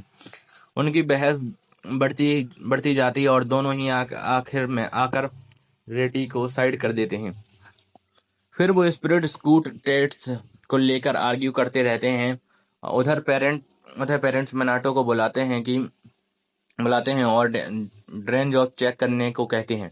जैसे ही मिनाटो ड्रेन चेंज ऑफ देखता है, वो ग्लो करने लगता है और ट्रांसफॉर्म होकर एक छोटा चिकन बन जाता है। यागामी बताता है कि इसका नाम होलो है और ये रेकी और बाकी लकी स्पिरिट्स का लास्ट मेंबर है। मिनाटो छोटे होलो का घर में वेलकम करता है और उसे नया मेंबर बनाता है। छोटा चिकन अपने पंख फैलाता है जैसे वो पहले से ही यहीं का हो। फिर फिर सब कुछ नॉर्मल हो जाता है और सभी ई कैरेक्टर्स साथ में पीसफुल टाइम एंजॉय करने लगते हैं।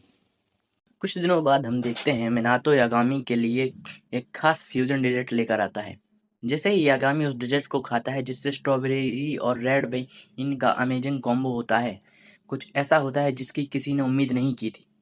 अचानक यागामी इंग्लिश में बात करने लगता है। ये देखकर मिनातो बहुत खुश हो जाता है और डिजर्ट को बनाने वाले क्रिएटर को दिल से धन्यवाद देता है, क्योंकि उसकी वजह से यागामी को अपनी लैंग्वेज वापस मिल गई।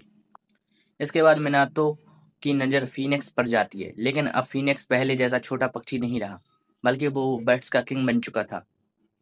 मिनातो यागामी से पूछता है कि फीनिक्स बाकी बर्ड्स से क्या बोल रहा है, ताकि यागामी ट्रांसलेशन करके बताता है कि फीनिक्स उन्हें सही तरीके से चिरपिंग करना सिखा रहा है। वहीं दूसरी तरफ डुओलिंगो आउल का pink cousin bad pitch control और वॉइस ट्रेनिंग की प्रैक्टिस करा रहा होता है। कुछ बर्ड धीरे धीरे अच्छी आवाज चिप करना सीख रहे रहे होते हैं, लेकिन आखिरी वाला बर्ड पूरी तरह फेल हो जाता है। उसकी अजीब आवाज सुनकर फीनिक्स को इतना बड़ा शौक लगता है कि वो कुछ पल के लिए परेशान हो जाता है। मिना तो ये सब देखकर काफी इंजॉय करता है, क्योंकि उसे बर्ड्स की लैंग्वेज समझ नहीं आती। उसके लिए बस एक पीसफुल मोमेंट है। वो अपने गार्डन में बैठकर स्प्रिंग सीजन का मजा ले रहा होता है, जहाँ सारे गोट्स आराम से अपनी जिंदगी एंजॉय कर रहे होते हैं। लेकिन किसी को पता नहीं होता कि टाउन के ऊपर स्पेस टाइम में एक मिस्टीरियस होल बन चुका है। उधर हिरामा स्प्रिंग सीजन से बिल्कुल खुश नहीं होता, क्योंकि इस समय बहुत सारे इविल स्पिरिट बाहर निकल चुके होते हैं। वो अपने पार्टनर के साथ मिलकर उन्हें खत्म करने निकलता है। उसका पार्टनर साक्स और पेंगुइन समन करता है और दोनों मिलकर उन स्पिरिट्स और को डिस्ट्रॉय कर देते हैं। तभी हिरामा को उसका अगला मिशन मिल जाता है। अगले दिन मिनातो शॉपिंग करने जाता है, लेकिन वापस आते समय कुछ अजीब होने लगता है। आसपास के लोग बहुत ज्यादा अटेंशन देने लगते हैं और उसे बैड विस्परर और पेंगुइन पेंगुइन बॉय या पिजन बॉय जैसे नाम देने लगते हैं, क्योंकि उसके आसपास हमेशा बहुत सारे बर्ड्स रहते हैं। ये देखकर मिनाटो थोड़ा घबरा जाता है और जल्दी वहां से निकल जाता है। फिनिक्स भी मान लेता है कि ऐसा अक्सर होता है। आगे चलते हुए मिनातो को एक गार्डनर मिलता है, जिसने हैज को क्रीपी फेस वाले स्टैचू में बदल दिया होता है। गार्डनर बताता है कि ओनर ने उसे क्रिएटिविटी दिखाने के लिए कहा था, इसलिए उसने ऐसा डिजाइन बना। वो ये भी बताता है कि मिनातो के गार्डन में काम करने के बाद उसकी जिंदगी में काफी बदलाव आए और काफी बेहतर हो गई। तभी कुछ पिजन उन क्रीपी स्टैचूज के ऊपर बैठ जाते हैं और मिनातो तुरंत वहां से भाग जाता है। दूसरी तरफ घर पर यागामी को कुछ गलत महसूस होता है। उसके मिनियंस बताते हैं कि माउंटेन्स में कई अबैंडेड डिवाइन रेलम्स के पोर्टल खुल रहे हैं। मिनातो अभी तक वापस नहीं आया। यागामी कहता है कि जब तक डैडी यानी वो घर पर नहीं आता, चिंता करने की जरूरत नहीं है, और वो खुद उन पोर्टल्स को हैंडल करने निकल जाता है। वहीं दूसरी तरफ मिनातो रास्ते में नोटिस करता है कि सारे बर्ड्स अचानक गायब हो चुके हैं। रेंस और पूजन उसे जल्दी घर जाने के लिए कहते हैं। वो बताते हैं कि डिवाइन रियल्म्स के पोर्टल खुल गए हैं और इविल स्पिरिट का आउटब्रेक हो रहा है। मिनातो को डिवाइन रियल्म्स के बारे में ज़्यादा जानकारी नहीं होती, इसलिए गॉड्स उसे समझाते हैं कि दुनिया में लाखों डिवाइन रियल्म्स मौजूद हैं। ये सीक्रेट प्लेसेस होते हैं जो बिल्कुल मिनातो के गार्डन की तरह हैं। लेकिन समय के साथ कुछ डिवाइन रियल्म्स अबाउंडेड हो जाते हैं और उनके पोर्टल अचानक खुल जाते हैं। तभी एक पोर्टल खुलता है और रेन अपनी पावर से उसे सील कर देता है। गॉड्स बताते हैं कि कोई भी इंसान इन पोर्टल में एक्सीडेंटली खिंच सकता है। मीना तो समझ जाता है कि शायद वर्ड्स भी ऐसे ही गायब हो गए होंगे, लेकिन गॉड्स उसे वार्न करते हैं कि उसके लिए खतरा ज्यादा है, क्योंकि उसकी डिवाइन एफिनिटी अभी बहुत हाई है। मनाटो उनका धन्यवाद करता है और कहता है कि वो सब ध्यान रखेगा। ट्विन गॉड्स वहां से चले जाते हैं और बताते हैं कि आगामी बागी पोर्टल्स बंद करने गया है। मीना तो एक शॉर्टकट लेने की कोशिश करता है और उसे रास्ते में एक पुराना टूटा हुआ श्राइन मिलता है। उसे दो इनविजिबल स्पिरिट्स वार्न करते हैं, लेकिन मीना तो उनकी आवाज नहीं सुन पाता।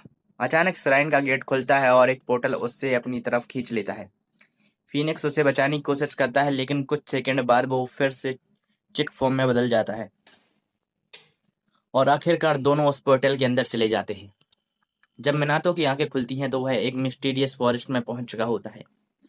वहां की हवा इतनी भारी होती है कि उसे सांस लेने में तकलीफ हो रही होती है। वहां उसे कोई वुडन बॉक्सेस दिखाई देते हैं। उसे याद आता है कि डिवाइन रिलेम्स अपने क्रिएटर के माइंड को रिफ्लेक्ट करते हैं। वह सोचता है कि शायद इस रिलेम के क्रिएटर को बॉक्सेस पसंद होंगे। आगे बढ़ते हुए उसे एक केप मिलती है। अंदर की हवा और भी ज्यादा हैवी होती है, जब वो अंदर जाते हैं तो वहां पर एक वुमेन सोती हुई दिखाई देती है। मिनाटो समझ जाता है कि शायद यही इस रियलम की क्रिएटर है। थोड़ी देर बाद वह वुमन उठती है और सबसे पहले केव की खराब वेंटिलेशन की कंप्लेंट करती है, लेकिन फिर कहती है कि उसे ठीक करने का मन ही नहीं है। मिनाटो उससे पूछता है कि वो इस रियलम की गॉड है। वो हाँ कहती है और फिर पूछती है कि एक ह्यूमन यहाँ कैसे आया। तभी उसकी नज़र फिनिक्स पर जाती है, जो मिनाटो के फैनी पैक में बैठा हुआ होता है। वो शॉक्ड हो जाती है और पूछती है कि मिनाटो रास्ता भटक गया है, क्योंकि उसने यहाँ क्योंकि उसे यहाँ बुलाया ही नहीं गया। मिनाटो बताता है कि अर्थ पर कई अबेंडेंट डिवाइन रेलम्स के पोर्टल खुल रहे हैं। यह सुनकर गॉडेस थोड़ी नाराज हो जाती है, क्योंकि वह कहती है कि उसने अपना होम अबेंडन नहीं किया। फिर भी उसे लगता है कि शायद उसकी पावर कमजोर हो गई है। मिनाटो भी बताता है कि सेराइन काफी समय से मेंटेन नहीं हुआ है। गॉडेस थोड़ी सरप्राइज हो जाती है, लेकिन उससे ज्यादा फर्क नहीं पड़ता। लोग उसकी पूजा करते हैं या नहीं, उसे कोई फर्क नहीं पड़ता।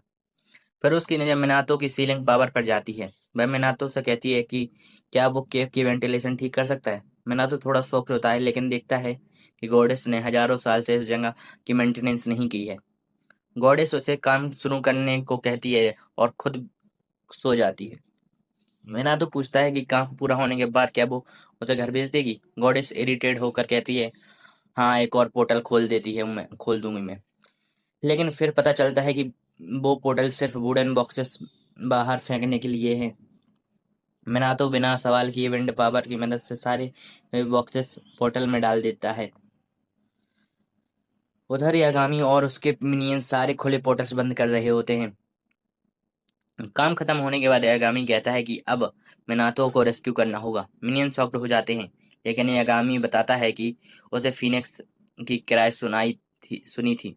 वो वो मिनातो को बचाने निकलता है, लेकिन तभी और पोर्टल खुलने लगते हैं जो सीधे मिनातो के घर की तरफ जा रहे होते हैं। यागामी सोचता है सिचुएशन मुश्किल हो रही है। तभी रेन और पूजन वहां आते हैं और अपनी पावर से पोर्टल डिस्ट्रॉय कर देते हैं। यागामी खुश हो जाता है। ट्विन गॉड्स उसे रेस्ट करने के लिए कहते हैं, लेकिन यागामी अपना ऑरा मोड एक्टिवेट करके रोज से कई ज्यादा पोर्टल डिस्ट्रॉय कर देता है। उधर केम में मिनाटो सारे वुडन बॉक्स हटाने के बाद वेंटिलेशन ठीक करने का सही तरीका निकालता है। वो अपने गार्डन के सैक्रेड कैंपर ट्री के लीव्स का इस्तेमाल करता है और हवा साफ हो जाती है। घोड़े से देखकर इम्प्रेस हो जाती है और उन लीव्स के बारे में पूछती है। मीना तो बताता है कि सैक्रेड ट्री के लीव्स हैं और उन्होंने उसकी जान बचाई थी। गॉडेस उससे और लीव्स मांगती है और मीना तो खुशी से दे भी देता है। गॉडेस ने उन लीव्स को देखकर खुश हो जाती है और मिनाटो को रोबोट के रूम में सीलिंग पावर देती है। वो अपनी फिंगर मिनाटो के हेड पर रखती है और पावर ट्रांसफर कर देती है। मिनाटो पूछता है कि ये क्या पावर है। गॉडेस बताती है कि ये सीलिंग पावर है, जिससे वो इनविजिबल चीजों जैसे फीलिंग, रिजायत और पावर तक सील कर सकता है। वो बताती है कि लोग पूजा इसलिए करते हैं ताकि वह अपनी नेगेटिव फीलिंग को सील करके वुडन बॉक्सेस में बंद कर सके, और अगर वो चाहे तो अपनी खुद की पावर को भी सील कर सकता है। इतना बोलने के बाद गॉडेस फिर से सो जाती है। मिनातो परेशान होकर सोचता है कि ये सोए हुए गॉड को जबरदस्ती जगाना सही नहीं होगा। तभी आगामी के मिनियंस व्हाइट पोर्टल से वहां पहुंच जाते हैं।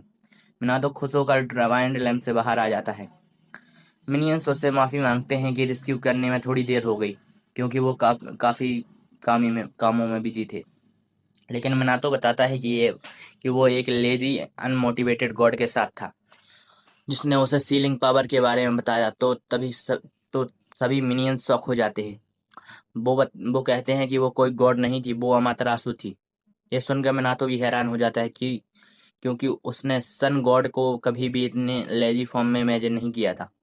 इसके बाद सभी घर लौट आते हैं। मिनातो पूछता है कि उन्होंने उसे ढूंढा कैसे। मिनियंस बताते हैं कि फीनिक्स की किराए से उन्होंने उसकी लास्ट लोकेशन ढूंढ ली थी। फिर वो कहते हैं कि मिनाटो को विंड स्पिरिट को भी धन्यवाद देना चाहिए, क्योंकि उन्हीं ने उन्हें रास्ता दिखाया था। मिनाटो थोड़ा कंफ्यूज हो जाता है। तभी मिनियंस पूछते हैं कि डिवाइन रियल्म्स में जाने से पहले तुमने कोई आवाज़ सुनी थी। मिनाटो को याद आता है कि कुछ वॉइसेस उसने डेंजर के बारे में वार्न कर तो रही थी। मिनियंस बताते हैं कि अभी वो विंड स्पिरिट को देख नहीं सकता, लेकिन फोकस करेगा तो उन्हें महसूस कर सकता है। मिनियंस बताते हैं कि वो विंड स्पिरिट को अभी देख नहीं सकता, लेकिन फोकस करेगा तो उन्हें फील जरूर कर सकता है। मीना तो ध्यान लगाता है और धीरे धीरे विंड स्पिरिट की आवाज़ सुनाई देने लगती है। वो कहते हैं कि मिनाटो सुरक्षित वापस आ गया है। ये देखकर वह बहुत खुश है। मिनाटो उन्हें देख नहीं पाता, लेकिन फिर भी उनकी मदद के लिए धन्यवाद करता है। कुछ समय बाद मिनाटो घर पहुंचता है और स्वीट्स लेकर आता है, लेकिन वहां पहुंचकर वह शॉक्ड हो जाता है, क्योंकि यागामी अपनी पावर से का ज़्यादा यूज करने की वजह से पप्पी फॉर्म में बदल चुका होता है। यागामी कहता है कि अगर वो स्वीट्स खा लेगा तो जल्दी नॉर्मल फॉर्म में आ जाएगा और पावरफुल भी हो जाएगा वापस। लेकिन मिनाटो उसे देखकर कहता है कि छोटे साइज में भी वो बहुत क्यूट लगता है और बाकी गॉड्स के साथ खेलने के लिए परफेक्ट है। ये सुनकर यागामी को गुस्सा आ जाता है और वो कहता है कि वो कोई पप्पी नहीं है, बल्कि एक रिस्पेक्टेड माउंटेन गॉड है। और इसी फनी मोमेंट के साथ ये एपिसोड खत्म हो जाता है। कुछ दिनों बाद मिनाटो अपने घर में आराम कर रहा होता है। वो सोच रहा था कि आखिर वो कब जागेगा। अबेंडेड डोमेन की ताकत रोकने के लिए उस छोटे बर्ड ने अपनी सारी पावर का इस्तेमाल कर दिया था, इसलिए वो गहरी नींद में चला गया। तभी यागामी उसे समझाता है कि वो जल्दी ठीक हो जाएगा, क्योंकि फीनिक्स जैसे क्रिएचर्स बहुत टफ होते हैं। ये सुनकर मिनाटो थोड़ा शांत हो जाता है। इसके बाद मिनाटो एक बॉक्स लेकर सीलिंग मैजिक की प्रैक्टिस शुरू कर देता है।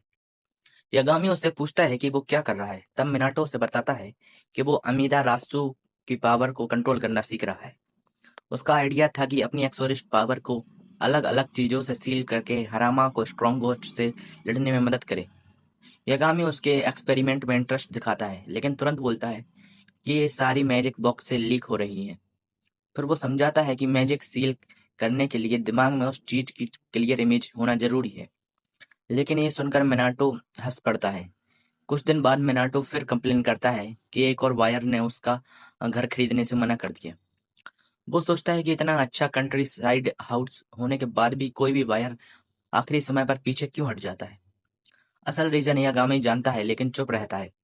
तभी वो कहता है कि स्प्रिंग सीजन आ चुका है। अपनी मैजिक से पूरे गार्डन में सुंदर सा पूरा उगा देता है। पिंक ट्रीज देखकर मिनाटो हैरान हो जाता है। यागामी बताता है कि वो अपनी आई से ट्रांसफॉर्मेशन मैजिक यूज करता है, लेकिन मैजिक यूज करते ही वो फिर से छोटे साइज में आ जाता है। तभी मिनाटो समझ जाता है कि हर इंसान को वही तरीका चुनना चाहिए जो उसके लिए नेचुरल हो। इसी वजह से वो डिसाइड करता है कि ये अपनी एक्सोरिस्ट पावर नोट्स में सील करेगा, क्योंकि उसे नोट्स लिखने की आदत है। जब वो मेमो पैड पर काम कर रहा था, तभी बाहर बैट्स गाने लगे। उसकी आवाज़ सुनकर यागामी हो को बुलाता है और वो तुरंत नींद से जागकर बाहर उड़ जाता है। कुछ देर बाद मिनाटो 3 पैरट्स के साथ जंगल में बैम्बू सूट ढूंढने जाता है। उसे समझ नहीं आता कि इन प्लांट्स की ज़रूरत क्यों है। तब पैरट्स बताते हैं कि बैम्बू वाटर उसका दिमाग फ्रेश करेगा और मैजिक प्रैक्टिस में मदद करेगा। घने फॉरेस्ट को देखकर मिनाटो थोड़ा डर जाता है, लेकिन वो पैरट पर भरोसा करके आगे बढ़ता रहता है। उन्हें पता भी नहीं चलता कि कोई उनका पीछा कर रहा है। उधर मिनाटो के घर में फूजी और रैन और यागामी मजे से पार्टी कर रहे होते हैं। फूजिन बताता है कि वही सारे वायर्स को डराकर भगा देता है। जैसे ही कोई खास क्लाइंट आता है, वो उसे अपने डोमेन में फंसा देता है। यागामी कहता है कि वो लोगों के साथ बहुत मीन बिहेवियर कर रहा है, लेकिन रेइजन उसे याद दिलाता है कि यागामी ने भी पहले अकीजो पर डेंजरस डोमेन इस्तेमाल किया था। तभी फुजिन आसमान में एक और अबेंडेड डोमेन देखता है, जो मिनाटो की तरफ बढ़ रहा होता है। दोनों स्पिरिट हैरान थे कि इतने सारे डोमेन आखिर मिनाटो की तरफ अट्रैक्ट क्यों हो रहे हैं। फुजिन सोचता है कि मिनाटो को पावर दे देनी चाहिए, लेकिन यागामी मना करता है। वो कहता है कि अगर मिनाटो बहुत ज्यादा पावरफुल हो गया तो वो इंसानों जैसा नहीं रहेगा। उधर जंगल में मिनाटो थक चुका था। आखिर वो बांस वाले स्पॉट पर पहुंच जाता है। पैरेट्स उसे बताते हैं, बैम्बू सूट खोजने को कहते हैं, लेकिन तभी उसे याद आता है कि वो हॉल लाना तो भूल गया। बेचारा मिनाटो छोटी गार्डन प्रॉपर प्रॉपर से सूट निकालने लगता है। तभी अचानक एक विशाल बियर उसके सामने आ जाता है। जोर से दहाड़ता है। मिनाटो डर डर कर पीछे हट जाता है और सोचता है कि शायद मरने की एक्टिंग करनी चाहिए। तभी आगामी मैजिक से उसकी की बॉडी कंट्रोल करके बताता है कि बियर फ्रेंडली है। बाकी पैरेट्स भी कहते हैं कि बियर उसे धन्यवाद देना चाहता है, क्योंकि उसने किरण की मदद की थी, जिसके बाद बियर खुद उसकी मदद करने लगता है। वो अपने बड़े बड़े पंजों से जमीन फाड़ कर सारे बैम्बू सूट बाहर निकाल देता है। इतनी आसानी से काम होता देख मिनाटो डरते हुए भी खुश हो जाता है। थोड़ी देर बाद बियर उसे बैम्बू सूट का बड़ा सेट देता है। फिर सब लोग मिलकर फ्रेश बैम्बू सूट खाने लगते हैं। मिनाटो पूछता है कि ये मैजिक बढ़ाने में कैसे हेल्प करेंगे। तभी यागामी कैजुअली बोलता है कि ये बैम्बू सूट मैजिक नहीं बढ़ाते। तभी मिनाटो को समझ आता है कि यागामी सिर्फ टेस्टी स्नैक्स खाने आया था। यागामी हंसते हुए कहता है कि वो बस रिलैक्स करवाना चाहता था। अगले दिन मिनाटो यागामी को सोगी खोल खेलना सिखाता है। शुरुआत में यागामी सोचता है कि मैजिक मास्टर होने की वजह से वो आसानी से जीत जाएगा, लेकिन मिनाटो उसे बार बार हरा देता है। लगातार हारने के बाद यागामी इरिटेट हो जाता है और वो चीटिंग करने का फैसला करता है। वो अपनी विंड पावर से चुपके से मिनाटो के सोगी फिशेस हिलाने लगता है, लेकिन मिनाटो उसकी चाल तुरंत पकड़ लेता है और उसे घूरने लगता है। तभी अचानक मिनाटो के पॉड में एक गोल्डन लाइट निकलने लगती है। मिनाटो घबरा जाता है, लेकिन यागामी आराम से कहता है कि ये बस कोई लास्ट स्पिरिट है जो यहाँ से गुजर रही है। ये रोशनी में एक अजीब मरमैन बाहर आता है जिसका नाम इबिसुदा होता है। खुद को मिनाटो का गेस्ट बताता है। मिनाटो पूछता है कि वो यहाँ क्यों आया है। तब इबिसु कहता है कि उसने ऐसे इंसान को के रूमर सुनी थी जो मैजिक पावर इस्तेमाल करता है। इसके बाद वो पूरे गार्डन को देखने लगता है और उसकी खूब तारीफ करता है। तभी उसकी नज़र किरण पर पड़ती है। किरण उसे घूरने लगता है, लेकिन इबूसी तो उसे देखकर दिल हार बैठता है। उसे लगता है कि शायद उसे इस ब्यूटीफुल क्रिएचर से प्यार हो गया है। थैंकफुली मिनाटो उसे कोई वियर्ड हरकत करने से पहले ही रोक देता है। कुछ देर बाद इबूसी बियर्ड में हॉट स्प्रिंग को नोटिस करता है और यागामी से पूछता है कि क्या वो उसमें बात ले सकता है। परमिशन मिलते ही वो खुश होकर बदले में ढेर सारी टेस्टी स्नैक्स देता है। स्नैक्स देखकर मिनाटो तुरंत पूछता है कि क्या उसमें उसके फेवरेट फीलिंग भले हैं ताकि या नहीं। इबूची हंसकर बोलता है कि इसमें उसके हर पसंदीदा स्नैक्स भी लाए हैं। कुछ देर बाद इबूसी आराम से हॉट स्प्रिंग में सूख रहा होता है। तभी वो मिनाटो को देखकर कहता है कि अब वो इंसानों के रास्ते से थोड़ा दूर जा चुका है। मिनाटो कंफ्यूज हो जाता है और मतलब पूछता है, लेकिन इबूसी बात टाल देता है। कुछ दिन बाद मिनाटो फिर फीलिंग पावर की प्रैक्टिस कर रहा होता है। तभी उस गार्डन में एक ब्लैक फॉक्स दिखाई देती है। मिनाटो सोचता है कि शायद ये कोई नया विजिटर है, लेकिन फॉक्स बार बार हॉट स्प्रिंग की तरफ देख रहा होता है। वो धीरे से पूछती है कि क्या ये घर उसका है। मिनाटो बताता है कि हाँ, वो सिर्फ यहाँ केयर टेकर है। फॉक्स फिर बाग की तरफ देखने लगती है। मिनाटो समझ जाता है कि ये बात लेना चाहती है, लेकिन शर्म के कारण पूछ नहीं पा रही। तब मिनाटो खुद उसे बात यूज करने के लिए ऑफर देता है। फॉक्स पहले मना करती है और कहती है कि वो एक एरेंट पर निकली है, लेकिन जब मिनाटो उसे लंच का लालच देता है तो वो तुरंत मान जाती है।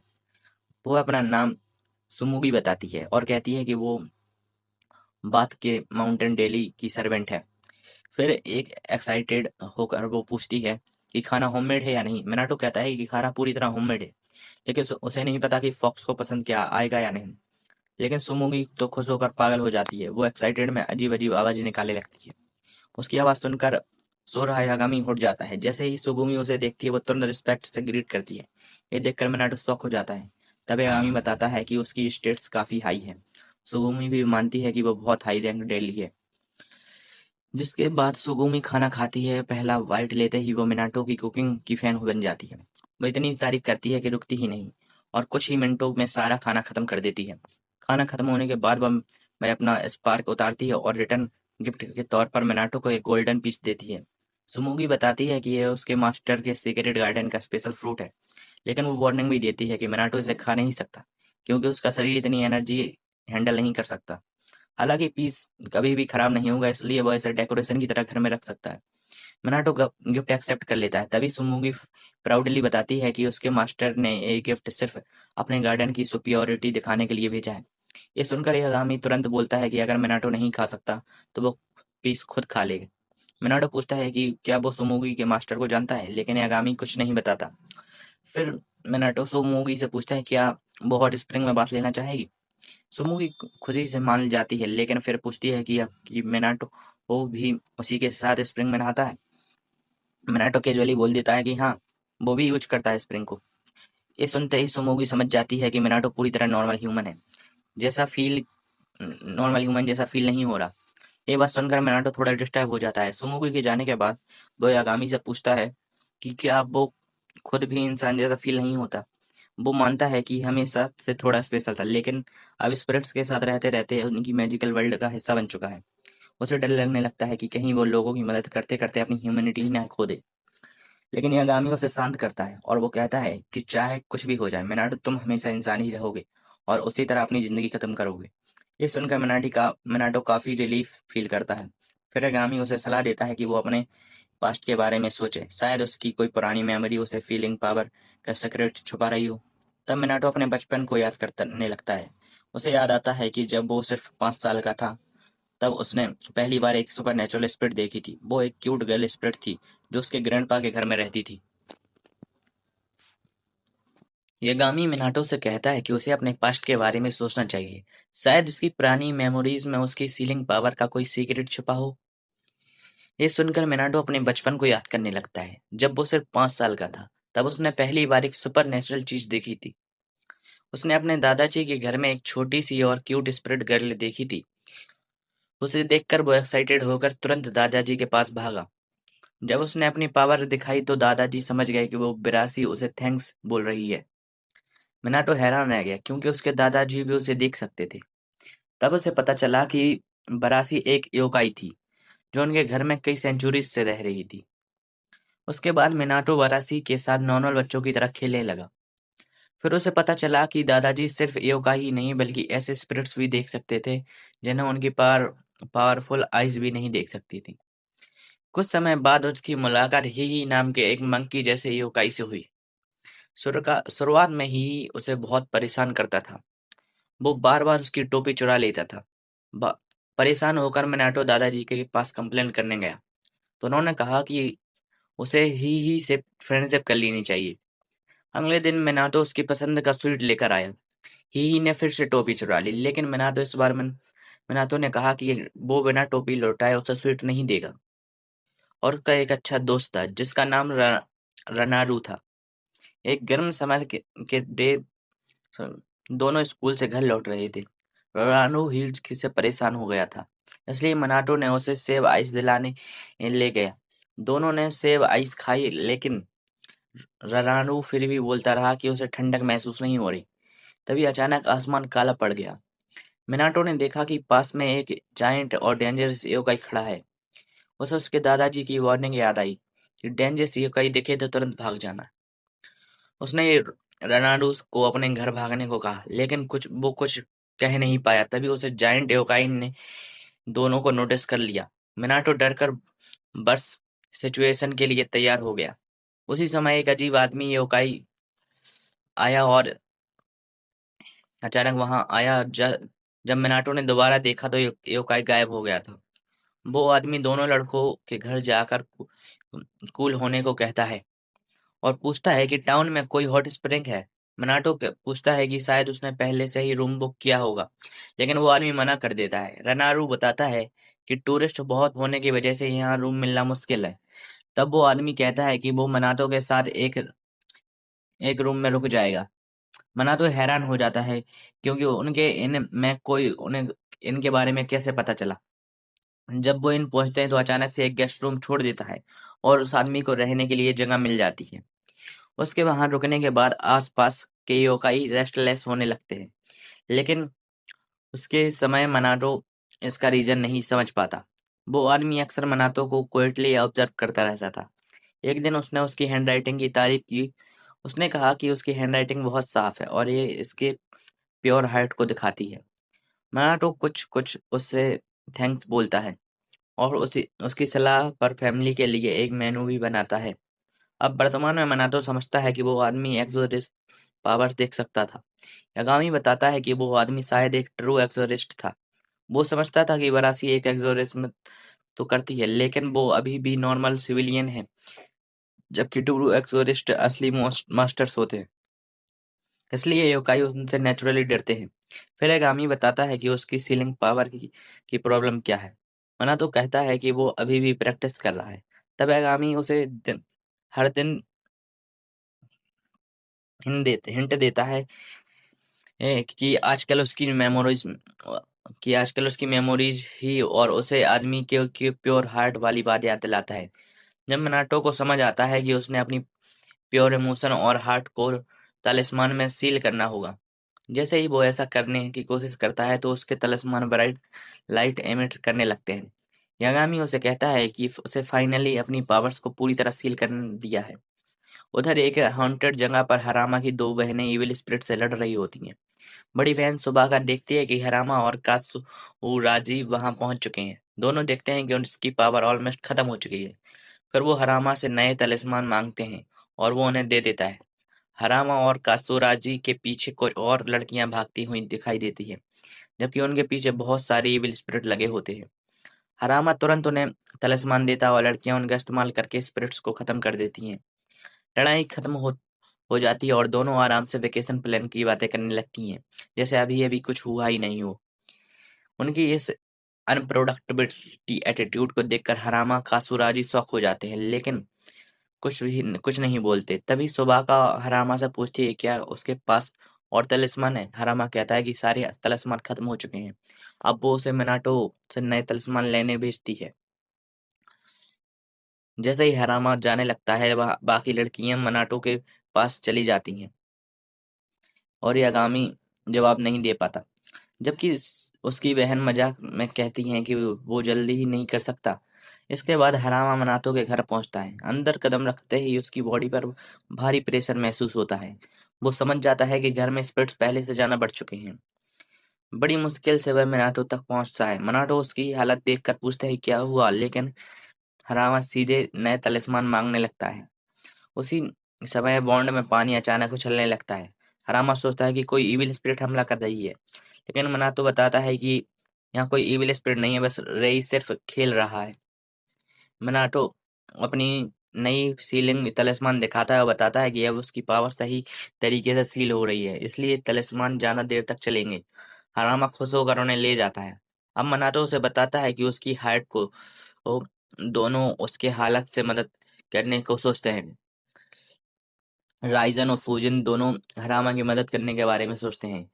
जैसे ही राइजन इलेक्ट्रोथेरेपी पर उसके मदद करने के ठीक करने का आइडिया देता है, मनाटो हरामा से कहता है कि उसे स्पा मसाज जैसा ट्रीटमेंट मिलेगा, लेकिन अगले ही पल वटेरा जोरदार शॉक देता है, जिससे हरामा बेहोश हो जाता है। राइजन को समझ नहीं आता कि उसने जरूरत से ज्यादा वोल्टेज इस्तेमाल कर दिया है। बाद में वो मिनाटो उसे घर छोड़ देता है और फिर आगामी के साथ शॉपिंग के लिए निकल जाता है। रास्ते में मिनाटो के आसपास बहुत ज्यादा रेसेंटमेंट महसूस होता है और वो रुक कर देखने लगता है, लेकिन तभी अचानक पीछे एक अबॉन्डेंट पोर्टल खुल जाता है और दोनों उसके अंदर खींचे चले जाते हैं। अंदर पहुंचकर वो खुद को एक अंधेरी और घुटन भरी केव में पाते हैं। जगह देखकर मनाटो समझ जाता है कि यह एक डेंजरस अबॉन्टेड डोमेन है। यागामी कहता है कि वो अपनी विंड पावर से बाहर निकल सकता है, लेकिन दोनों जानते हैं कि ऐसी डेंजरस जगह को छोड़ना अच्छा नहीं होगा। इसलिए वो डोमेन के ओनर को ढूंढ निकालते हैं और कुछ देर बाद एक पुरानी स्क्वाड मिलती है, जिसके आसपास बहुत ज्यादा हेट्रेड भरी होती है। मनाटो पूछता है कि क्या स्क्वाड भी भरी बन सकती है। यागामी बताता है कि लोगों ने खुद वो स्पिरिट को उस पेड़ में रखने के लिए बुलाया है। मिनाटो कंक्लूड करता है कि स्पिरिट बहुत दुख और गुस्से में आगामी से पूछता है कि क्या वो उसे एक्सोरेस्ट करेगा, लेकिन मना कर देता है। उनके स्क्वाड पर लगा रन देखकर समझ जाता है कि जिन लोगों ने स्पिरिट को घर दिया है उन्होंने बाद में उसके केयर करना छोड़ दिया। इसी वजह से स्पिरिट हाइड्रेट हो गई है।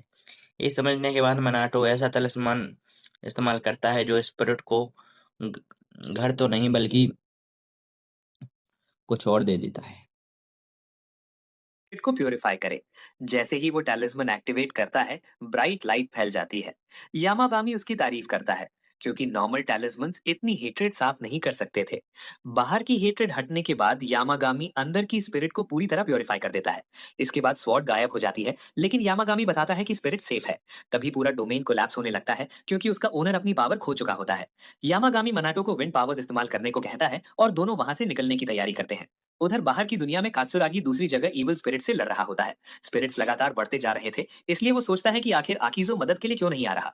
दूसरी तरफ आकिजो खुद कई इविल स्पिरिट से घिरा हेल्पलेस फंसा हुआ था। वो जोर जोर से होरावा को मदद के लिए बुलाता है। होरावा उसकी जान बचा लेती है, लेकिन इतना बड़ा फेवर मिलने के बाद भी आकिजो उसे थैंक्स नहीं बोलता।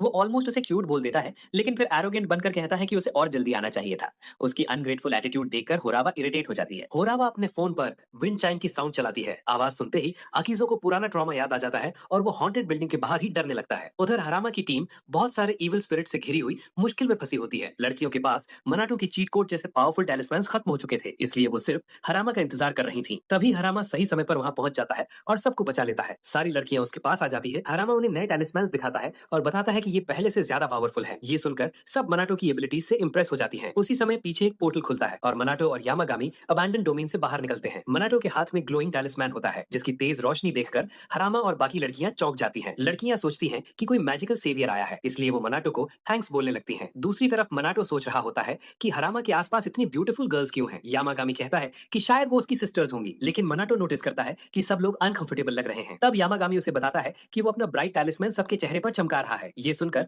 मनाटो तुरंत उसे बंद कर देता है। फिर वो वहां से जाने लगता है, लेकिन तभी कात्सुरागी और होरावा बिल्डिंग से बाहर आते हैं। जैसे ही मनाटो की नजर कात्सुरागी पर पड़ती है, उसे अपने बचपन वाला मिस्टीरियस एक्सोर्सिस्ट याद आ जाता है, क्योंकि उसने भी ऐसी ही हैप पहनी थी। लेकिन मनाटो सोचता है कि दोनों का शायद कोई रिलेशन नहीं होगा और वो यामागामी के साथ वहां से चला जाता है। तभी हवा चलती है और कात्सुरागी अपनी हैट ठीक करता है। होरावा कहती है कि उसे ये हैट बहुत पसंद है। कात्सुरागी बताता है कि ये उसके फादर का गिफ्ट है। थोड़ी दूर से हरामा नोटिस करता है कि कुछ दूसरे एक्सोर्सिस्ट उन पर नजर रख रहे हैं। वो सोचने लगता है कि आखिर वो लोग क्या चाहते हैं। बाद में मनाटो के हर पर यामागामी बंस खाकर अपनी एनर्जी रिस्टोर करता है और फिर अपनी नॉर्मल साइज में वापस आ जाता है। जब वो अपनी बॉडी को जाता है, तब उसके फर से एक स्ट्रेंज ऑर्ब बाहर गिरता है। यामागामी बताता है कि उस ऑर्ब के अंदर प्यूरिफाइड स्वॉर्ड स्पिरिट है जो अभी अपनी पावर्स रिकवर कर रही है। मनाटो उस ऑर्ब को उठाकर सेफ जगह पर रख देता है ताकि स्पिरिट जल्दी रिकवर हो सके। ये देखकर यामागामी चुपचाप मुस्कुरा देता है। यही एपिसोड 7 खत्म। ये एक बहुत कॉम्प्लिकेटेड मैजिक डोमेन था। घर मौसम को नोटिस करके यागामी ने डिसाइड किया कि अब वो घर में थोड़ा सा रिनोवेट करेगा। मिनाटो ने उसे वार्निंग दी थी कि अगर वो अपनी पावर का ज़्यादा यूज करेगा तो फिर से छोटे साइज में आ जाएगा। लेकिन यागामी ने यागामी ने मिनाटो की बात मानने से मना कर दिया। तो उसने सबसे पहले एक घर में एक सुंदर आर्ट चेंज किया, लेकिन फिर भी उसे लगा कि घर में कुछ भी मिसिंग है। इसलिए उसने सबसे पहले एक बड़ा वाटरफॉल क्रिएट किया, जिससे पूरे गार्डन में पानी की स्मूथिंग साउंड सुनने लगी। मिनाटो ने नेचुरल साउंड सुनकर उसे काफी सरप्राइज फील हुआ, लेकिन तभी उसे रियलाइज हुआ कि भारी वार्निंग इग्नोर करने की वजह से आगामी ही फिर से अपनी छोटी फॉर्म में आ चुका है। बाद में पेरेंट्स भी उसे ज़्यादा मतलब उसके पेरेंट्स भी उसे ज़्यादा पावर यूज करने के लिए स्कॉल्ड करने लगे। उधर यागामी उनकी बातों को पूरी तरह इग्नोर कर दिया। इसलिए minato सोचने लगा कि आखिर वो घर को रेनोवेट करने के पीछे इतना ऑब्सेस्ड क्यों है। तो यागामी ने एक्सप्लेन किया कि बस उसका हॉबी है ये। अगर वो चाहता तो गार्डन का एरिया हर सीजन के हिसाब से मैच करे था। मिनाटो ने पॉइंट आउट किया कि यागामी का खुद का माउंटेन तो काफी मैसी है। इस पर यागामी ऐसे बिहेव करने लगा जैसे वो सिर्फ नेचुरल लैंडस्केप को अपने हाल पर छोड़ रहा है। मिनाटो ने उसकी लेजीनेस पर कुछ नहीं कहा और इंस्टेड वो स्पिरिट के बारे में सोचने लगा जिसको उन्होंने अबैंडेड लोकेशन से रेस्क्यू किया था। स्पिरिट्स ने मिनाटो को रिज्योर किया कि जैसे ही उसके सारी एनर्जी रिकवर हो जाएगी वो जल्दी रिकवर हो जाएगा। तभी उसने एक दिन मिनाटो को यागामी के स्ट्रीम के पास बुलाया और उसे अंदर दिखाई देने वाली फिश दिखाई दी। मिनाटो ने सोचा कि शायद यागामी ने इन फिश को यहाँ पर रखा है, लेकिन यागामी ने एक्सप्लेन किया कि ये फिश खुद ही यहाँ के कॉर्नर को आई हैं। ये सुनकर मिनाटो ने नोटिस किया कि सारी फिश वाटरफॉल के डेंसर की तरफ टेंड कर रही हैं। लेकिन तभी उसकी आंखें से फैल गईं, क्योंकि वो फिश अचानक से वाटरफॉल के पास रोते हुए स्ट्रीम साइड की तरफ अटेंड करने लगी। यागामी ने बताया कि फिश ये कोई नॉर्मल फिश नहीं है, दरअसल किसी दूसरे टीटीके में भी ये मिनाटो है। मिनाटो को तुरंत ओल्ड वाली लड़की याद आने लगी। वो सोचने लगा कि वाटरफॉल पार करने के बाद ये भी ड्रैगन बन जाएगी। कुछ देर बाद कुछ नहीं हुआ, लेकिन अचानक स्काई में से ड्रैगन प्रकट हुआ। मिनाटो डर से घबरा गया क्योंकि उसे लगा कि वो कोई जायंट ड्रैगन है, उस पर अटैक कर देगा। मगर स्पिरिट ने उसे रिश्योर किया कि ड्रैगन असल में ओरियो का दोस्त है। जैसे ही ड्रैगन ओरियो के सामने रुका, उसका शरीर एक ब्रिलियंट लाइट से ग्लो करने लगा। मिनाटो ने डर की वजह से अपनी आंखें बंद कर ली। जब लाइट खत्म हुई तो उसने देखा कि एक विशाल ड्रैगन अब छोटे फॉर्म में बदल चुका है। ओरियो को ग्रीट करने के बाद ड्रैगन एक छोटा बॉक्स लेकर मिनाटो के पास आया। स्पिरिट ने एक्सप्लेन किया कि वो फ्रेंडशिप टोकन के तौर पर उसे गिफ्ट दे रहा है, इसलिए मिनाटो खुशी से एक्सेप्ट कर देता है। लेकिन ड्रैगन लगातार एक के बाद एक गिफ्ट उसके हाथों में रखता जाता है। आखिर में मिनाटो ने उसे रोकना पड़ता है। उसके बाद ड्रैगन कुछ देर बाद ओरियो के साथ गार्डन में टाइम स्पेंड करता है और फिर अपनी ड्यूटीज के लिए वहां से चला जाता है। ड्रैगन के जाने के बाद मिनाटो बॉक्स खोलता है। मिनाटो ने ड्रैगन के लिए लिए हुए गिफ्ट बॉक्स को खोली। अंदर से ढेर सारी स्वीट ट्रीट्स मिली। वो उन्हीं सारी स्वीट्स यागामी को दे देता है ताकि वो खाकर फिर से अपने नॉर्मल स्टेट्स में लौट सके। यागामी खुशी खुशी केक पैक कर देता है और तुरंत स्वीट खाने शुरू कर देता है, लेकिन इतनी सारी स्वीट खाने के बाद भी उसके बड़े फॉर्म में लौटने का कोई साइन नहीं दिखता। ये देखकर मिनाटो और पैरट्स दोनों परेशान हो जाते हैं। यहाँ तक कि आखिरी स्वीट खाने के बाद भी यागामी अपनी टाइनी फॉर्म में ही रहता है। पैरट्स को लगा कि उसे अपनी ताकत वापस लाने के लिए कुछ और ज्यादा खाना चाहिए, इसलिए मिनाटो मार्केट से फूड खरीदने निकल जाता है। रास्ते में उसे एक छोटा हिल दिखाई देता है जिसे वो तुरंत सुमुगी के मास्टर का डोमेन समझ गया। मिनाटो सोचने लगा कि उसके डोमेन इतना छोटा क्यों है। तभी आगामी ने बताया कि उसके जैसे क्रिएचर्स को अपनी पावर दिखाने के लिए बड़े घरों की जरूरत नहीं होती। अचानक एक स्ट्रांग फोर्स मिनाटो की को स्ले की तरफ खींचने लगी। तभी आगामी तुरंत उसके सामने आकर प्रोटेक्ट करता है। जैसे ही मिनाटो ने खुद को संभाला उसने माउंटेन की मास्टर को देखा जो एक 9 टेल्ड फॉक्स थी। मिनाटो ने सोचा कि क्या वो या कोई है, लेकिन आगामी ने बताया कि वो सुमो की मास्टर टेंको है। मिनाटो ने नोटिस किया कि टेंको यागामी के साथ ज्यादा फ्रेंडली नहीं थी। फिर फिर उससे पता चला कि वो असल में इस उससे मिलना चाहती थी। ये सुनकर वो कंफ्यूज हो गया क्योंकि वो पहले कभी टेंको से नहीं मिला था। तभी यागामी ने एक्सप्लेन किया कि उसे सुमुको की आंखों में जरिए देखा था। फिर उसने मजाक में कहा था कि टेंको शायद उसके टेस्टी फूड पर नजर रख रही है, इसलिए उसके सावधान रहना चाहिए। उधर लोकल एक्सोरेस्ट हेडक्वार्टर से हरोमा ने टाउन में आए फॉरिजन एक्सोरेस्ट की रिपोर्ट सुनी। कुरुमा ने बताया कि जिसाकी हैंडशेक उठने दिखा है, वो दूसरे टाउन में भी दिखाई दिया है। उसने उसके बैकग्राउंड की इन्वेस्टिगेशन करने की बात कही और हरोमा ने उसकी मदद के लिए थैंक्स कहा। दूसरी तरफ टाउन में दो ओल्ड एक्सोरिस्ट एक बूढ़ी ग्रैनी के पास बैठे थे जिसकी बैक में पेन था। ग्रैनी अपनी कमजोर हड्डियों की शिकायत कर रही थी, लेकिन उस फेक एक्सोरिस्ट ने प्रेटेंड किया कि उसके ऊपर इविल स्पिरिट का कर्स है। बूढ़ी ग्रैनी ने उनकी बातों पर आसानी से भरोसा कर लिया। तब उन दोनों ने कुछ बिग तलिस्मान देखकर उनके पैसे ठग लिए और कहा कि अब उनकी बैग ठीक कर देंगे।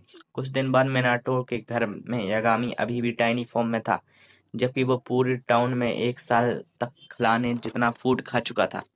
फिर भी वो ऐसे बिहेव कर रहा था जैसे उसे थोड़े टाइम बाद खुद ही नॉर्मल हो जाएगा।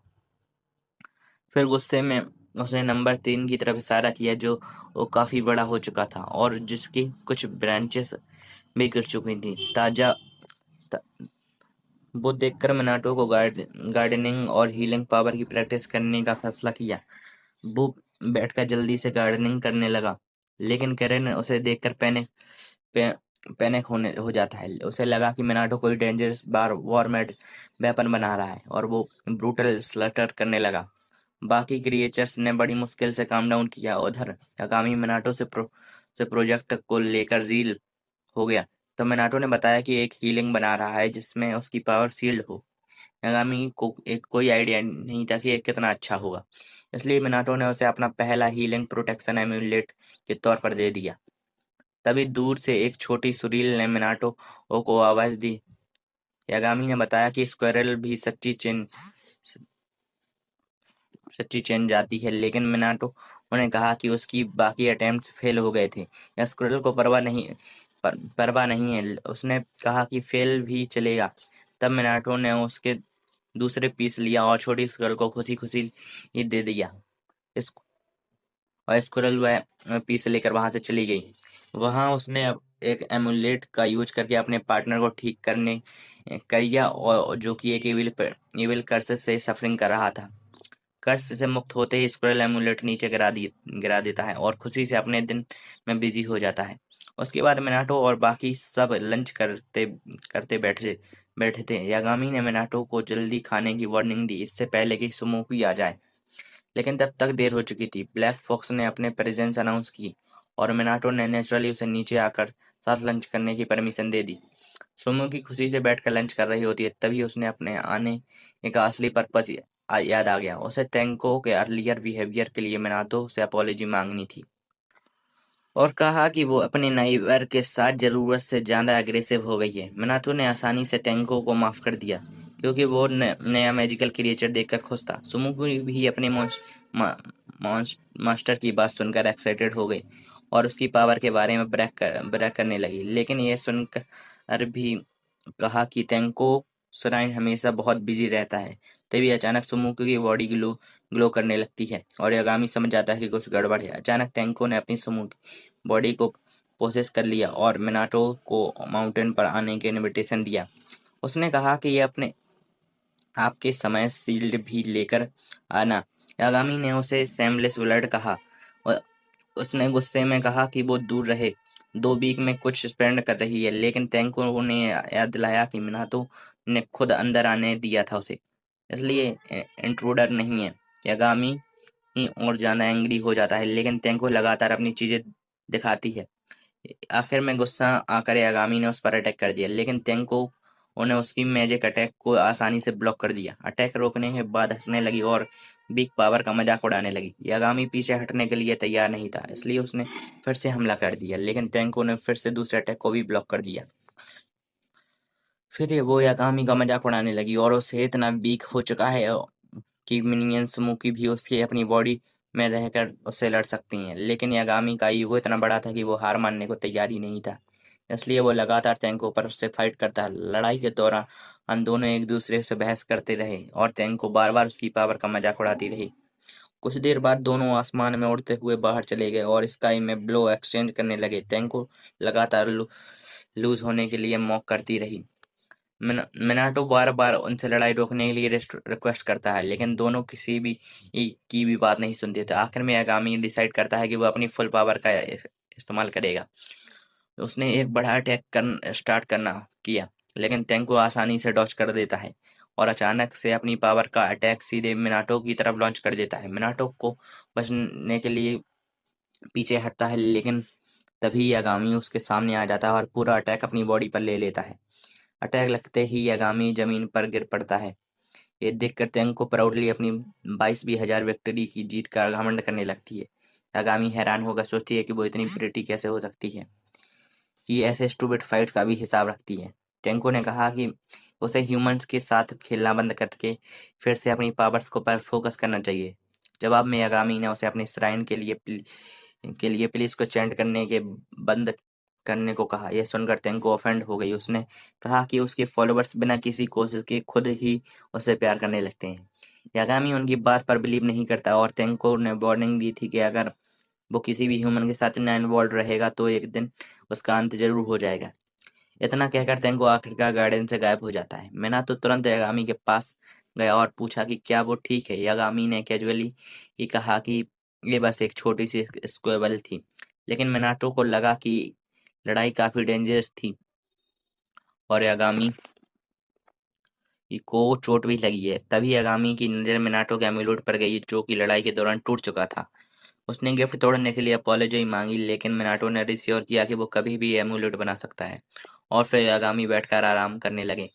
दूसरी तरफ मिनाटो तेंको की बातों के बारे में सोचता था। डर होने लगा, कहीं उसकी वजह से यागामी किसी डेंजर में तो नहीं पड़ रहा। लेकिन यागामी ने उसे चिंता न करने को कहा। उसने याद दिलाया कि वो अपनी मर्जी से गार्डन में रह रहा है। मिनाटो ने पूछा कि क्या वो दोनों आगे भी साथ रह सकते हैं।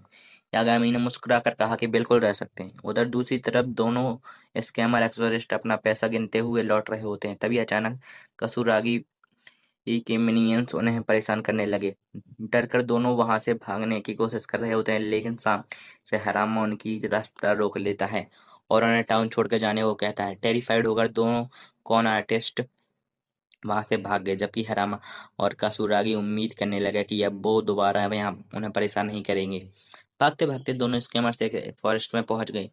वहां उन्हें एक एमुलेट मिला जिसे स्क्वायरल ने अपनी ट्री से गिरा दिया था। उस उनमें से एक आदमी ने उसे उठाया और उसमें मौजूद पावर को महसूस करके सरप्राइज हो गया। यहीं पर एपिसोड खत्म होता है। minato ने यागामी से पूछा कि क्या वो ठीक है या नहीं।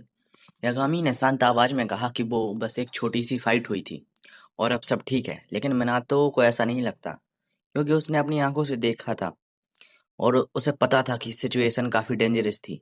यागामी के शरीर पर काफी इंजरीज भी आई थी। तभी यागामी की नजर minato के टूटे हुए एमुलेट पर पड़ती है। फाइट के दौरान वो पूरी तरह से टूट गया था।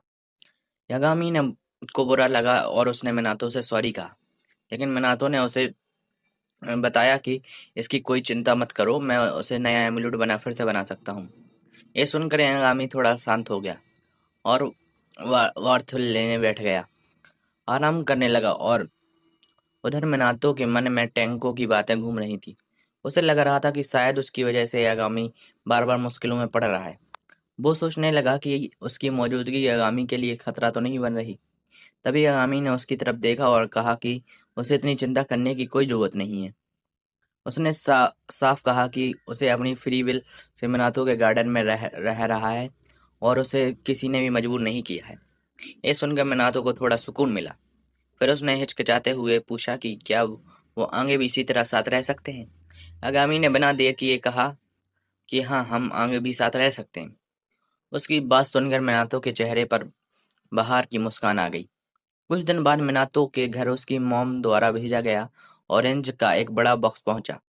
बॉक्स देखते ही सारे पे मिनियंस खुशी से उछल पड़े। उन्हें ऑरेंजेस बहुत पसंद थे, इसलिए वो तुरंत बॉक्स के आसपास इकट्ठा हो गए। जब minato को उनकी खुशी देख रहा था, तभी उसकी नजर यागामी पर पड़ी। बाकी सब के उलट वो एक तरफ चुपचाप बैठा मैगजीन पढ़ रहा था। minato को लगा कि शायद वो अभी भी उदास है। आखिर वो अभी तक अपने ओरिजिनल टाइप में वापस नहीं आया। minato को टाइको के साथ हुई फाइट की याद आई। फिर सोचा कि शायद यागामी को कॉन्फिडेंस थोड़ा कम हो गया है, या फिर उसका ईगो थोड़ा हर्ट हो गया है। इसलिए उसने देख लिया कि वह थोड़ा बाहर घुमाया जाए, ताकि उसका मूड बेहतर हो सके। इसलिए minato ने यागामी को स्वीट खाने चलने का ऑफर दिया। यागामी ने बाहर से कोई खास रिएक्शन नहीं दिया, लेकिन अंदर ही अंदर काफी एक्साइटेड हो गया। उसे स्वीट बहुत पसंद थी। पेरेंट्स ने भी उसे जाने के लिए एनकरेज किया। आखिरकार यागामी आसानी से मान गया और दोनों साथ टाउन की तरफ निकल पड़े। उनकी छोटी सी आउटिंग जल्दी ही एक ऐसी मुलाकात में बदलने वाली थी जो यागामी के सबसे बड़े फैंस फैंस में से एक को उससे आमने सामने मिलाने वाली थी। तोमा ने तुरंत अपने कोवर्कर को कांटेक्ट किया और कुछ ही देर में पूरी पब्लिशिंग कंपनी नीचे आ गई। सभी लोग अपने लोकल सेलिब्रिटी यागामी से मिलने के लिए एक्साइटेड थे। कंपनी में के प्रेसिडेंट ने इधर-उधर देखा, क्योंकि उन्हें लग रहा था कि यागामी कोई बड़ा शानदार क्रिएचर होगा। तब minato ने बताया कि उनके सामने खड़ा छोटी सा सफेद बल्ब ही यागामी है।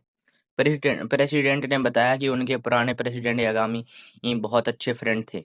कई साल पहले यागामी ने कंपनी की ग्रोथ में मदद की थी। उसी दौरान दोनों में फ्रेंडशिप हो गई थी और अक्सर साथ में स्वीट शॉप घूमने जाते थे। यागामी ने एम्प्लॉमाइज को बताया कि वो आज भी उनकी कंपनी में जुड़ा हुआ है, क्योंकि वो नियमित रूप से उनकी मैगजीन पढ़ता है। ये सुनकर सभी लोग खुश हो गए, लेकिन तभी यागामी ने कहा कि उसे स्वीट आर्टिकल्स को लेकर एक कंप्लेंट है। यह सुनते ही सभी एम्प्लॉयज घबरा गए। उन्हें लगा कि शायद उनसे कोई बड़ी मिस्टेक हो गई है। लेकिन यागामी ने सिर्फ इतना कहा कि अगले कुछ महीनों में उनकी फेवरेट फूड स्वीट बेस्ट बंद को मैगजीन में फीचर किया गया है। यह सुनकर सभी राहत की सांस ली और तुरंत उनकी बात मान ली। कंपनी से निकलने के बाद minato और यागामी फिर से टाउन में घूमने लगे। minato को हैरानी हुई कि यागामी को इतने सारे लोग जानते हैं। यागामी ने बताया कि करीब 100 साल पहले बहुत सारे लोग ऐसे थे जो उसकी तरह मैजिकल क्रिएचर्स को देख सकते थे। चलते चलते दोनों एक रेस्टोरेंट में डिलीशियस करी की खुशबू आई। minato तुरंत टच करने अंदर चला गया। रेस्टोरेंट में एक वेट्रेस ने उनका स्वागत किया और minato के सामने 2 मेनू रखे। minato को लगा कि शायद वेट्रेस भी यागामी को देख सकती है, लेकिन यागामी ने बताया कि ऐसा नहीं है। इसके बाद अपने मैजिक से मेनू को हवा में तैरा कर पढ़ना शुरू कर दिया। मिनाटो घबरा गया कि कहीं लोग देख न लें, लेकिन यागामी ने उसे आराम से खाना खाने और एंजॉय करने को कहा। फिर उसने मिनातो को रेस्टोरेंट के बाकी कस्टमर्स की तरफ देखने को कहा। हर कस्टमर के साथ कोई ना कोई मैजिकल कंपेनियन मौजूद था। किसी के पास छोटी टेरिटरी फ्रेंड थी, तो किसी के पास बड़े योकाई घूम रहे थे। मिनातो हैरान था क्योंकि उससे उनमें से कोई भी नहीं दिखाई दे रहा था। आगामी ने समझाया कि इन सब में समय तक शांत माहौल में रहने की वजह से उसकी सेंसेस कमजोर हो गई हैं। कुछ देर बाद करी आ गई। यागामी ने तुरंत खाना शुरू कर दिया। उसे खाना पसंद आया देखकर मिनातो खुश हो गया। तभी उसकी नज़र कस्टमर की जल्दी करते सेलर्स पर पड़ रही। यागामी ने बताया कि जब कोई इंसान किसी फूड को बहुत सालों तक प्यार और केयर से इस्तेमाल करता है, तो उसमें सोल पैदा हो सकती है। उसने कहा कि मिनातो के घर में भी एक ऐसा सोल फूड मौजूद है। मिनातो को समझ नहीं आया। तभी यागामी ने बताया कि वो रेड टाइप मिनातो भी कंफ्यूज हो गया, क्योंकि उसे रेड टाइप को कभी भी नजर नहीं देखा था। यागामी ने कहा कि रेड टाइप को अपनी पहचान बनाते हैं, इसलिए वो बिना वजह घूम नहीं करते। तभी मिनातो ने नोटिस किया कि कस्टमर बाहर आ गए, लेकिन रेस्टोरेंट की बेल नहीं बजी। यागामी ने बताया कि बेल की एक एक सोल है, वो सिर्फ तब बजती है जब कोई सुपरनेचुरल बीइंग रेस्टोरेंट में एंटर करता है। इसी वजह से वेट्रेस ने मिनाटो को दो मेनूज दिए थे, क्योंकि उसे बेभूत हो गया था कि उसके साथ कोई क्रिएचर भी आया है। अचानक यागामी के पास पेरेंट्स मिनियंस की कॉल आती है और वो बताते हैं कि मिनातो के घर में कुछ अनवांटेड विजिटर्स पहुंचे हैं। ये वही फेक एक्सोरिस्ट हैं जो पहले भी परेशानी खड़ी कर चुके हैं। यागामी ने उन मिनियंस को उन पर नजर रखने को कहा। उधर दोनों एक्सोरिस्ट गाँव और माहौल गांव और माहौल की खुशबू को पसंद नहीं कर रहे थे, लेकिन बड़ा भाई मिनातो के घर को देखकर कुछ चीज जाम हासिल करके अपनी फील्ड बनाना चाहता था। उन्होंने डोरबेल कई बार बजाई, लेकिन घर पर कोई नहीं था। काफी देर इंतजार करने के बाद दोनों इरिटेट हो गए। आखिर उन्होंने लीगल तरीके से घर में घुसने का फैसला कर लिया। पेरेंट्स उन्हें उनकी हरकत देखकर डिसगस्टेड हो गए। पेरेंट्स ने सबसे पहले दोनों डोर के साथ संघर्ष करने दिया, फिर जानबूझकर मेन डोर खुल दिया। अंदर पहुंचकर दोनों को एक और बिल्डिंग का डोर मिला। उन्होंने उसे भी खोलने की कोशिश करते करते हैरान हो गए, लेकिन आगे बढ़ते उन्होंने अगला डोर खोला, फिर वैसा ही एक और कॉरिडोर आ गया, फिर एक और डोर खोला और फिर से वही कॉरिडोर आ गया। कुछ देर बाद दोनों को महसूस हुआ कि कुछ तो गड़बड़ है। बड़ा भाई समझ गया कि अब वो किसी अजीब ट्रैप में फंस चुके हैं। तभी उसे ऑरेंजेस की स्मेल आने लगी। असल में पीछे चल रहे पैरेट्स आराम से ऑरेंजेस खा रहे थे। अचानक घर की गहराइयों से काला फॉग निकलने शुरू हो गया और वो तेज गति से उनकी तरफ बढ़ रहा था।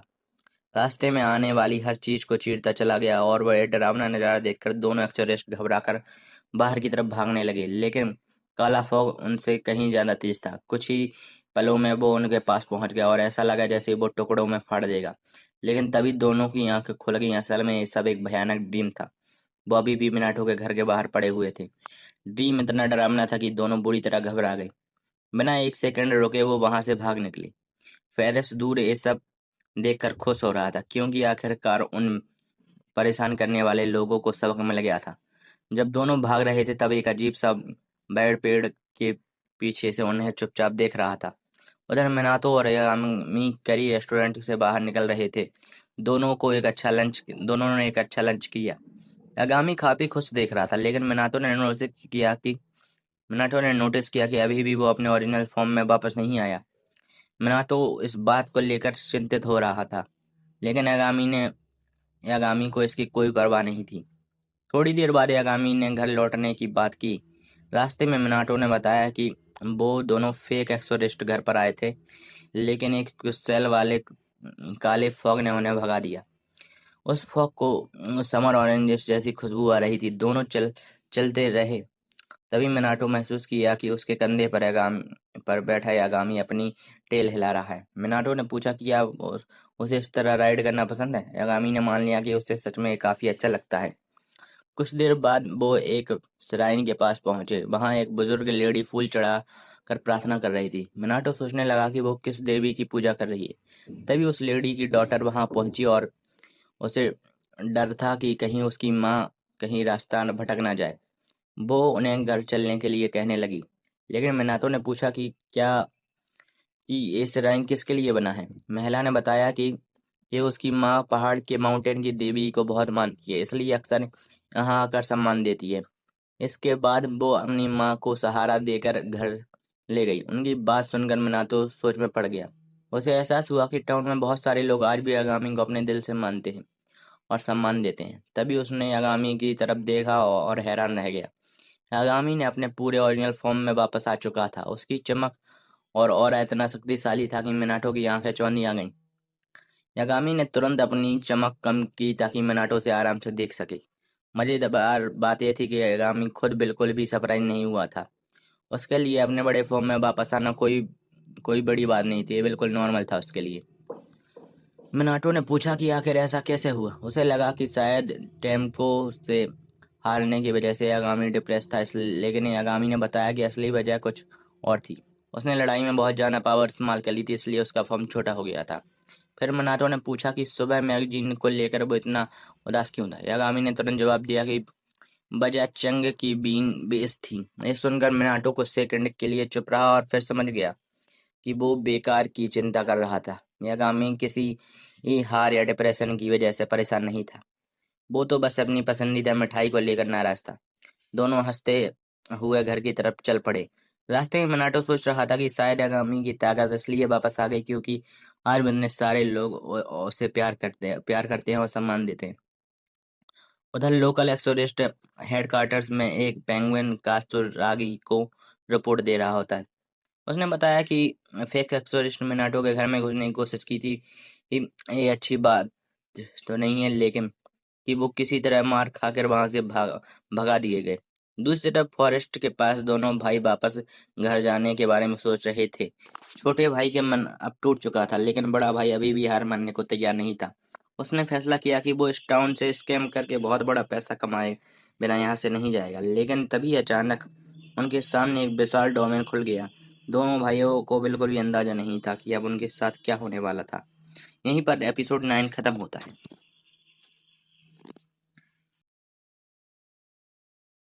वाटर्स मेटेक पेंगुइन कासुरागी को बताता है कि नकली एक्सोरिस्ट मिनाटो के घर पर धावा बोलने की कोशिश कर रहे थे। अच्छी बात यह है कि उन्हें पता चला कि वो एक्सोरिस्ट किसी तरह को उन्हें मात देकर घर से बाहर निकाल दिया गया। दूसरी तरफ जंगल के बाद दोनों भाई वापस घर जाने का सोच रहे थे। अपने डरावने अनुभवों के बावजूद बड़ा भाई हार मानने को तैयार नहीं था। वो इस शहर में लोगों को बेवकूफ बनाकर खूब पैसा कमाने का इरादा रखता था। तभी अचानक उनके सामने एक विशाल डोमेन खुल जाता है। दोनों आदमियों को बिल्कुल भी अंदाजा नहीं था कि उनके साथ क्या होने वाला है। कुछ दिनों बाद हरामा फिर से मिनातो के घर तलिस्मान लेने पहुंच जाता है। दुर्भाग्य से वह घर के अंदर मौजूद सभी क्रिएचर को महसूस नहीं कर पाता और उन सबकी अदृश्य मौजूदगी पर दबाव बना रही थी। जब मिनातो दरवाजा खोलता है तो वो देखकर हैरान हो जाता है कि हो और ओरू भी उस बेचारे मेहनती वर्कर को परेशान कर रहे थे। हरामा मुश्किल से चल पा रहा था, लेकिन किसी का ध्यान पाते में चमक रही थी रहस्यमयी रोशनी पर नहीं गया। किसी का भी ध्यान बाग में चमक रही रहस्यमयी रोशनी पर नहीं गया। थोड़ी देर बाद हरामा आखिरकार घर के अंदर पहुंच जाता है। वो बताता है कि मिनातो के तलिस्मान बुरी स्पिरिट के खिलाफ बहुत अच्छी तरह काम कर रहे हैं, लेकिन हाल ही में शहर में स्पिरिट की संख्या तेजी से बढ़ रही है। इस समस्या को निपटाने के लिए हरामा और दूसरे एक्सोरिस्ट को तलिस्मान पूरे शहर में लगाना शुरू कर दिया है। दुर्भाग्य से उसकी सारी कोशिशों के बावजूद स्पिरिट की संख्या लगातार बढ़ती जा रही है। मिनातो सुनता है कि आखिर स्पिरिट ऐसी तेजी से क्यों बढ़ रही है। इस पर हरामा उसे भरोसा दिलाता है कि वो इस मामले की जांच कर रहा है। फिर वो धन्यवाद के रूप में उसे ढेर सारी स्वीट्स देता है। हालांकि मिनातो उसे उपहार का आदी हो चुका था, लेकिन आज उसे स्वीट की मात्रा कुछ ज्यादा ही लगी। हरामा बताता है कि अद्रक के एप्स की बहनों और कंजस की तरफ से है। मिनातो की पिछली मदद के लिए वो धन्यवाद कहना चाहते थे। इसके बाद हरामा पूछता है कि क्या दो रोग एक्सोरिस्ट उसके घर में घुसने की कोशिश कर रहे थे। पेरेंट्स बताते हैं कि उन्होंने उन दोनों नकली एक्सोरिस्ट को भगा दिया। ये सुनकर हरामा का दिल हल्का हो जाता है, लेकिन मिनातो को सावधान रहने की सलाह देता है क्योंकि वो जिद्दी लोग दोबारा लौट सकते हैं। हरामा के जाने के बाद पेरेंट्स उसके लाए हुए ट्रीट्स खाने लगते हैं। तभी मिनातो नोटिस करता है कि यागामी कुछ परेशान दिख रहा है। जब वो वापस उससे वजह पूछता है तो यागामी बताता है कि बुरी स्पिरिट्स अपने आप पैदा नहीं होनी। उसका मानना था कि कोई खतरनाक व्यक्ति पर्दे के पीछे ये सब कुछ कर रहा है। वो उम्मीद करता है कि आगे कुछ बुरा ना हो। उसी समय मिनातो को तालाब में रखा एक छोटा सा डेकोरेशन चमकते हुए ए, देखता है। कुछ ही पलों में वो चमक एक सुनहरी रोशनी में बदल जाती है और उसमें से एक युवा आदमी बाहर निकलता है, जिसके शरीर से चारों तरफ से आग और फिर स्नेक लिपटा हुआ था। मिनाटो घबराते हुए उस आदमी का स्वागत करता है। फिर वह रहस्यमय आदमी मिनाटो को ध्यान से और थोड़ा डरावने अंदाज में देखने लगता है। मिनाटो को लगता है कि शायद यही वो खतरनाक इंसान है जिसके बारे में यागामी चिंतित था, लेकिन यागामी को उससे कोई फर्क नहीं पड़ता। ये देखकर मिनाटो समझ जाता है कि शायद वो कोई बड़ी विलन है। वो अजीब आदमी मिनाटो से कहता है कि उसकी बड़ी बहन उसके बारे में सुनने के बाद से ही उसकी उसमें दिलचस्पी थी। मिनाटो पूछता है कि उसकी बहन कौन? तब वो बताता है कि कुछ समय पहले उसकी बहन ने अपनी पावर से उसे दी थी। तभी मिनाटो को समझ आता है कि अमातरासु का छोटा भाई है, जिससे उसे सीलिंग पावर दी थी। फिर उसे एक फेमस फोक लोर याद आती है और वो पहचान लेता है कि ये इसका नाम सुसानो है। मिनाटो सुसानो से कहता है कि वो उसकी बहन को उसकी तरफ से धन्यवाद कहे। सुसानो अचानक उसके घर में आने के लिए माफी मांगता है। फिर फिर माफी के तौर पर वो उसे एक बड़े बकेट जादुई जूस भरकर बुला लेता है। अगले ही पल रेकी दौड़कर जूस पीने पहुंच जाता है। वहीं सुसानो का पालतू स्नेक आरुचि भी उसका स्वाद चखने आ जाता है, लेकिन सुसानो गुस्सा हो जाता है और आरुचि पर चिल्लाता है कि वो मेहमानों के लिए लाया गिफ्ट है, चुरा नहीं सकता। अचानक आरुचि भी बगावती हो जाता है और सुसानो को लड़ाई के लिए चुनौती दे देता है। गर्म मिजाज में सुसानो तुरंत अपना नाइफ निकालता है और अपने ही साथी से लड़ने लगता है। मिनातो हैरानी से देखता है कि दोनों पागल कुत्तों की तरह लड़ने लगते हैं। यागामी से मदद मांगता है, लेकिन बूढ़ा कुत्ता गहरी नींद में सो रहा था। फिर मिनाटो दोनों से लड़ाई रोकने के लिए कहता है। सुसानो कुछ देर के लिए रुक जाता है, लेकिन पूछता है कि वो ऐसा क्यों चाहता है। तो वो बताता है कि अगर वो आरोची का सिर काट देगा तो उसकी पूंछ से एक तलवार निकलेगी। ये सुनकर मिनाटो को थोड़ी दिलचस्पी होती है, फिर से- लेकिन फिर भी वो सुसानो को शांत रहने के लिए कहता है। सुसानो को यकीन नहीं होता कि मिनाटो इतना शांत स्वभाव का है, इसलिए वो अचानक मुड़कर मिनाटो पर भी हमला कर देता है। किसी तरह मिनाटो अपनी इवेंट पावर से उसकी तलवार को रोक देता है। सुसानो उसकी ताकत देखकर हैरान हो जाता है, लेकिन फिर भी वह उसे कमजोर मानता है। इसके बाद वो मिनातो को ट्रेनिंग देने का फैसला करता है ताकि उसकी कमजोरी दूर हो सके। मिनातो उसे मना करने की कोशिश करता है, लेकिन सुसानो उसकी बात नहीं सुनता। वो उसे ट्रेनिंग के लिए तैयार करता है। वो मिनाटो का हाथ पकड़कर उसे खींचता हुआ हवा में ले जाता है और फिर आसमान में उड़ा ले जाता है। कुछ देर उड़ने के बाद सुसानो एक डिवाइन डोमेन खोलता है और मिनाटो को उसके अंदर ले जाता है। उनके जाने के बाद यागामी आखिरकार शोर सुनकर जागता है। अजीब बात यह है कि उसे मिनाटो की कोई चिंता नहीं थी। आरोची भी हंसते हुए पूछता है कि क्या वो बच्चों को देखने जाना चाहिए। इसके बाद दोनों भी डोमेन के अंदर चले जाते हैं। डोमेन में पहुंचते ही सुसानो बिना किसी दया के मिनाटो को जमीन पर पटक देता है। फिर वो दोबारा अपनी तलवार से उसकी तरफ हमला करता है। लड़ाई शुरू होने वाली होती है, तभी यागामी भी डोमेन में उड़ता हुआ आ गया। उसका चेहरा खुशी से चमक उठा, लेकिन जल्दी ही उसे समझ आता है कि यागामी उसकी मदद करने नहीं आया, वो तो बस आरोची के साथ घूमने निकला है। दोनों आराम से बैठ जाते हैं और खूबसूरत नजारों का आनंद लेने लगते हैं। अब मिनाटो समझ जाता है कि उसे सुसानो का सामना अकेले ही करना पड़ेगा। सुसानो को लगता है कि उसकी नजरअंदाज किया जा रहा है, इसलिए वह तुरंत तलवार से वार कर देता है। हमला रोकने के बाद मिनाटो पीछे मुड़ता है और भागने लगता है। इस तरह की उसकी हरकतों उससे सुसानो गुस्से में आ जाता है और लगातार उसका पीछा करते हुए हमला करता रहता है। मिनाटो हर बार से बच जाता है, लेकिन उन हमलों से उसके पीछे बने घर टूटने लगते हैं। ये देखकर मिनाटो घरों में रहने वाले लोगों की चिंता करने लगता है। सुसानो से बताता है कि चिंता करने की कोई बात नहीं, क्योंकि सारे घर खाली हैं। फिर वो मिनाटो को घेर कर नीचे गिरा देता है। हारने के बाद मिनाटो शिकायत करता है कि उसके पास कोई वेपन नहीं था। सुसानो कहता है कि उसे वेपन इस्तेमाल करने की से किसी ने रोका ही नहीं था, लेकिन मिनाटो साफ कह देता है कि वो हथियार नहीं इस्तेमाल नहीं करना चाहता। उसका कहना था कि वो सिर्फ खुद और अपने आसपास के लोगों की रक्षा करना चाहता है। और उसकी मौजूदा पावर्स उसके लिए काफ़ी हैं। सुसानो इसकी बात सुनकर हंस देता है। वो पूछता है कि क्या सच में उसे लगता है कि उसकी कमज़ोर विंड पावर्स इतने सारे जादुई खतरों से सबकी रक्षा कर सकती हैं। फिर वो बताता है कि फ्यूजन ने अपनी विंड पावर्स सिर्फ उसे ही दी हैं। अगर वो उन्हें इतना कमज़ोर रखेगा तो फ्यूजन की बदनामी होगी। तब मिनाटो को हैरानी होती है कि आज तक पूरे इतिहास में किसी इंसान को ये खास विंड पावर्स नहीं मिली थी। अब जाकर मिनाटो को एहसास होता है कि वो सुसानो को गंभीरता से ले ही नहीं रहा था। वो उससे माफ़ी मांगता है, लेकिन सुसानो नाराज़ हो जाता है क्योंकि उसे लगता है है कि मिनाटो उसके साथ किसी सीनियर की तरह व्यवहार कर रहा है। वो गुस्से में कहता है कि मुझे किसी बुजुर्ग मंक मत समझो। दूर बैठे यामागामी और ओराची ये सब देखकर जोर जोर से हंसने लगते हैं। उनके लिए सुसानो अभी भी एक बच्चा था, क्योंकि उन्होंने उसे बड़ा होते देखा था। इसके बाद दोनों आराम से खाते पीते और बातें करते रहते हैं। उनकी बेफिक्री देखकर मिनाटो गौर भी हैरान हो जाता है। अचानक बिना किसी चेतावनी के सुसानो फिर से मिनाटो पर हमला कर देता है। अब मिनाटो को मजबूर होकर उसका सामना करना पड़ता है। मिनाटो फिर से अपना पूरा ध्यान लड़ाई पर लगाता है। दूसरी तरफ शहर में दोनों नकली एग्जॉर्सिस्ट घूम रहे थे। जहां भी उन्हें मिनाटो के टैलिस्मन्स मिलते वो उन्हें फाड़ देते। उनका मकसद इविल स्पिरिट्स की संख्या बढ़ाना था, ताकि वो ज्यादा लोगों को बेवकूफ बनाकर पैसे कमा सकें। लेकिन जल्द ही उन्हें कत्सुरागी के मिनियंस कुछ भटकी हुई इविल स्पिरिट्स को खाते हुए दिखाई देते हैं। ये देखकर दोनों डर जाते हैं और वहां से भागने लगते हैं। शुरुआत में कत्सुरागी उन्हें नहीं देख पाता, लेकिन थोड़ी देर बाद उसकी नजर उन पर पड़ जाती है। तभी हरामा भी वहां पहुंच जाता है और कत्सुरागी उसे उन दोनों की करतूत दिखाता है। हरामा समझ जाता है कि शहर में इविल स्पिरिट्स कम क्यों नहीं हो रही हैं, लेकिन वो ये भी कहता है कि सिर्फ टैलिस्मन्स हटाने से स्पिरिट्स की संख्या अपने आप नहीं बढ़नी चाहिए। जब दोनों इस बात पर सोच रहे होते हैं, तभी होरावा जल्दी से उनके पास आती है। वो बताती है कि पास में एक बड़ा डार्क मयास्मा मौजूद है और शायद वही पूरे शहर में फैल रही इविल स्पिरिट्स का असली सोर्स है। ये सुनते ही कत्सुरागी और हरामा वहां जांच के लिए निकल जाते हैं। उधर डोमेन के अंदर मिनाटो और सुसानो की ट्रेनिंग बैटल जारी रहती है। सुसानो लगातार उसका पीछा कर रहा था, जबकि मिनाटो कोई तरीका सोच रहा उससे कहीं ज्यादा ताकतवर था। अचानक सुसानो हवा में छलांग लगाकर हमला करता है। इस बार मिनाटो जवाबी हमला करता है और उसे पीछे हटने पर मजबूर कर देता है। सुसानो थोड़ा हैरान होता है, लेकिन फिर भी कहता है कि हमला काफी कमजोर था। इसके बाद वो अंतिम वार करने की तैयारी करता है। उसके आत्मविश्वास को देखकर मिनाटो समझ जाता है कि उसकी लॉन्ग रेंज विंड अटैक से सुसानो को छूना भी मुश्किल है। इस बार वो एक जोखिम भरा फैसला लेता है। वो बिना कोई बचाव किए सुसानो को अपने करीब आने देता है। जैसे ही सुसानो पास पहुंचता है, मिनाटो अपनी सारी विंड मैजिक को एक जगह इकट्ठा करके क्लोज रेंज ब्लास्ट छोड़ देता है। तेज हवा का ये हमला सुसानो के वार को रोक देता है और उसे दूर उड़ा देता है। कुछ पल के लिए सुसानो ही हैरान रह जाता है।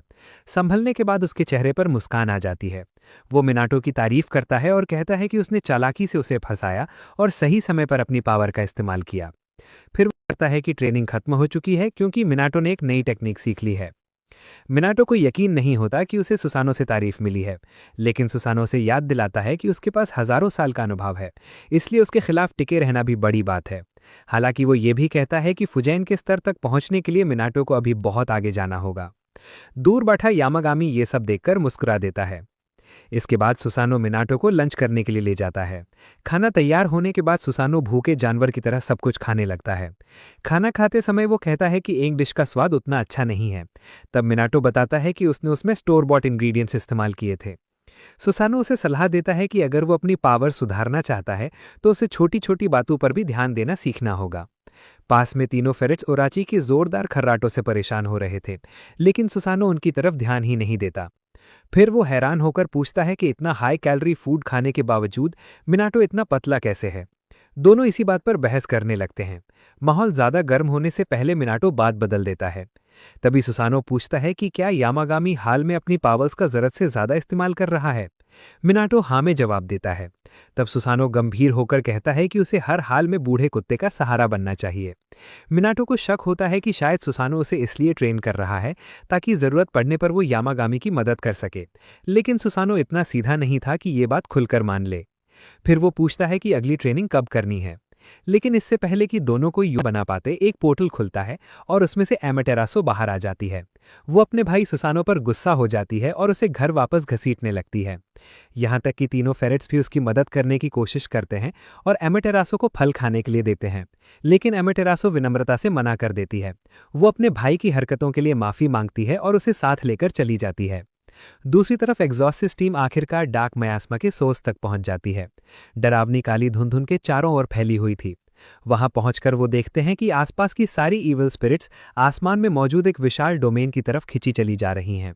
सबसे अजीब बात यह थी कि वो डोमेन एक जगह स्थिर नहीं था, वो लगातार आसमान में इधर उधर घूम रहा था। इसको देखकर यामागामी का चेहरा अचानक गंभीर हो जाता है। उसी समय कहीं दूर एक पहचाना आदमी भी उस रहस्यमय डोमेन पर नजर रखे हुए था। लगता था कि कोई बड़ी घटना होने वाली है।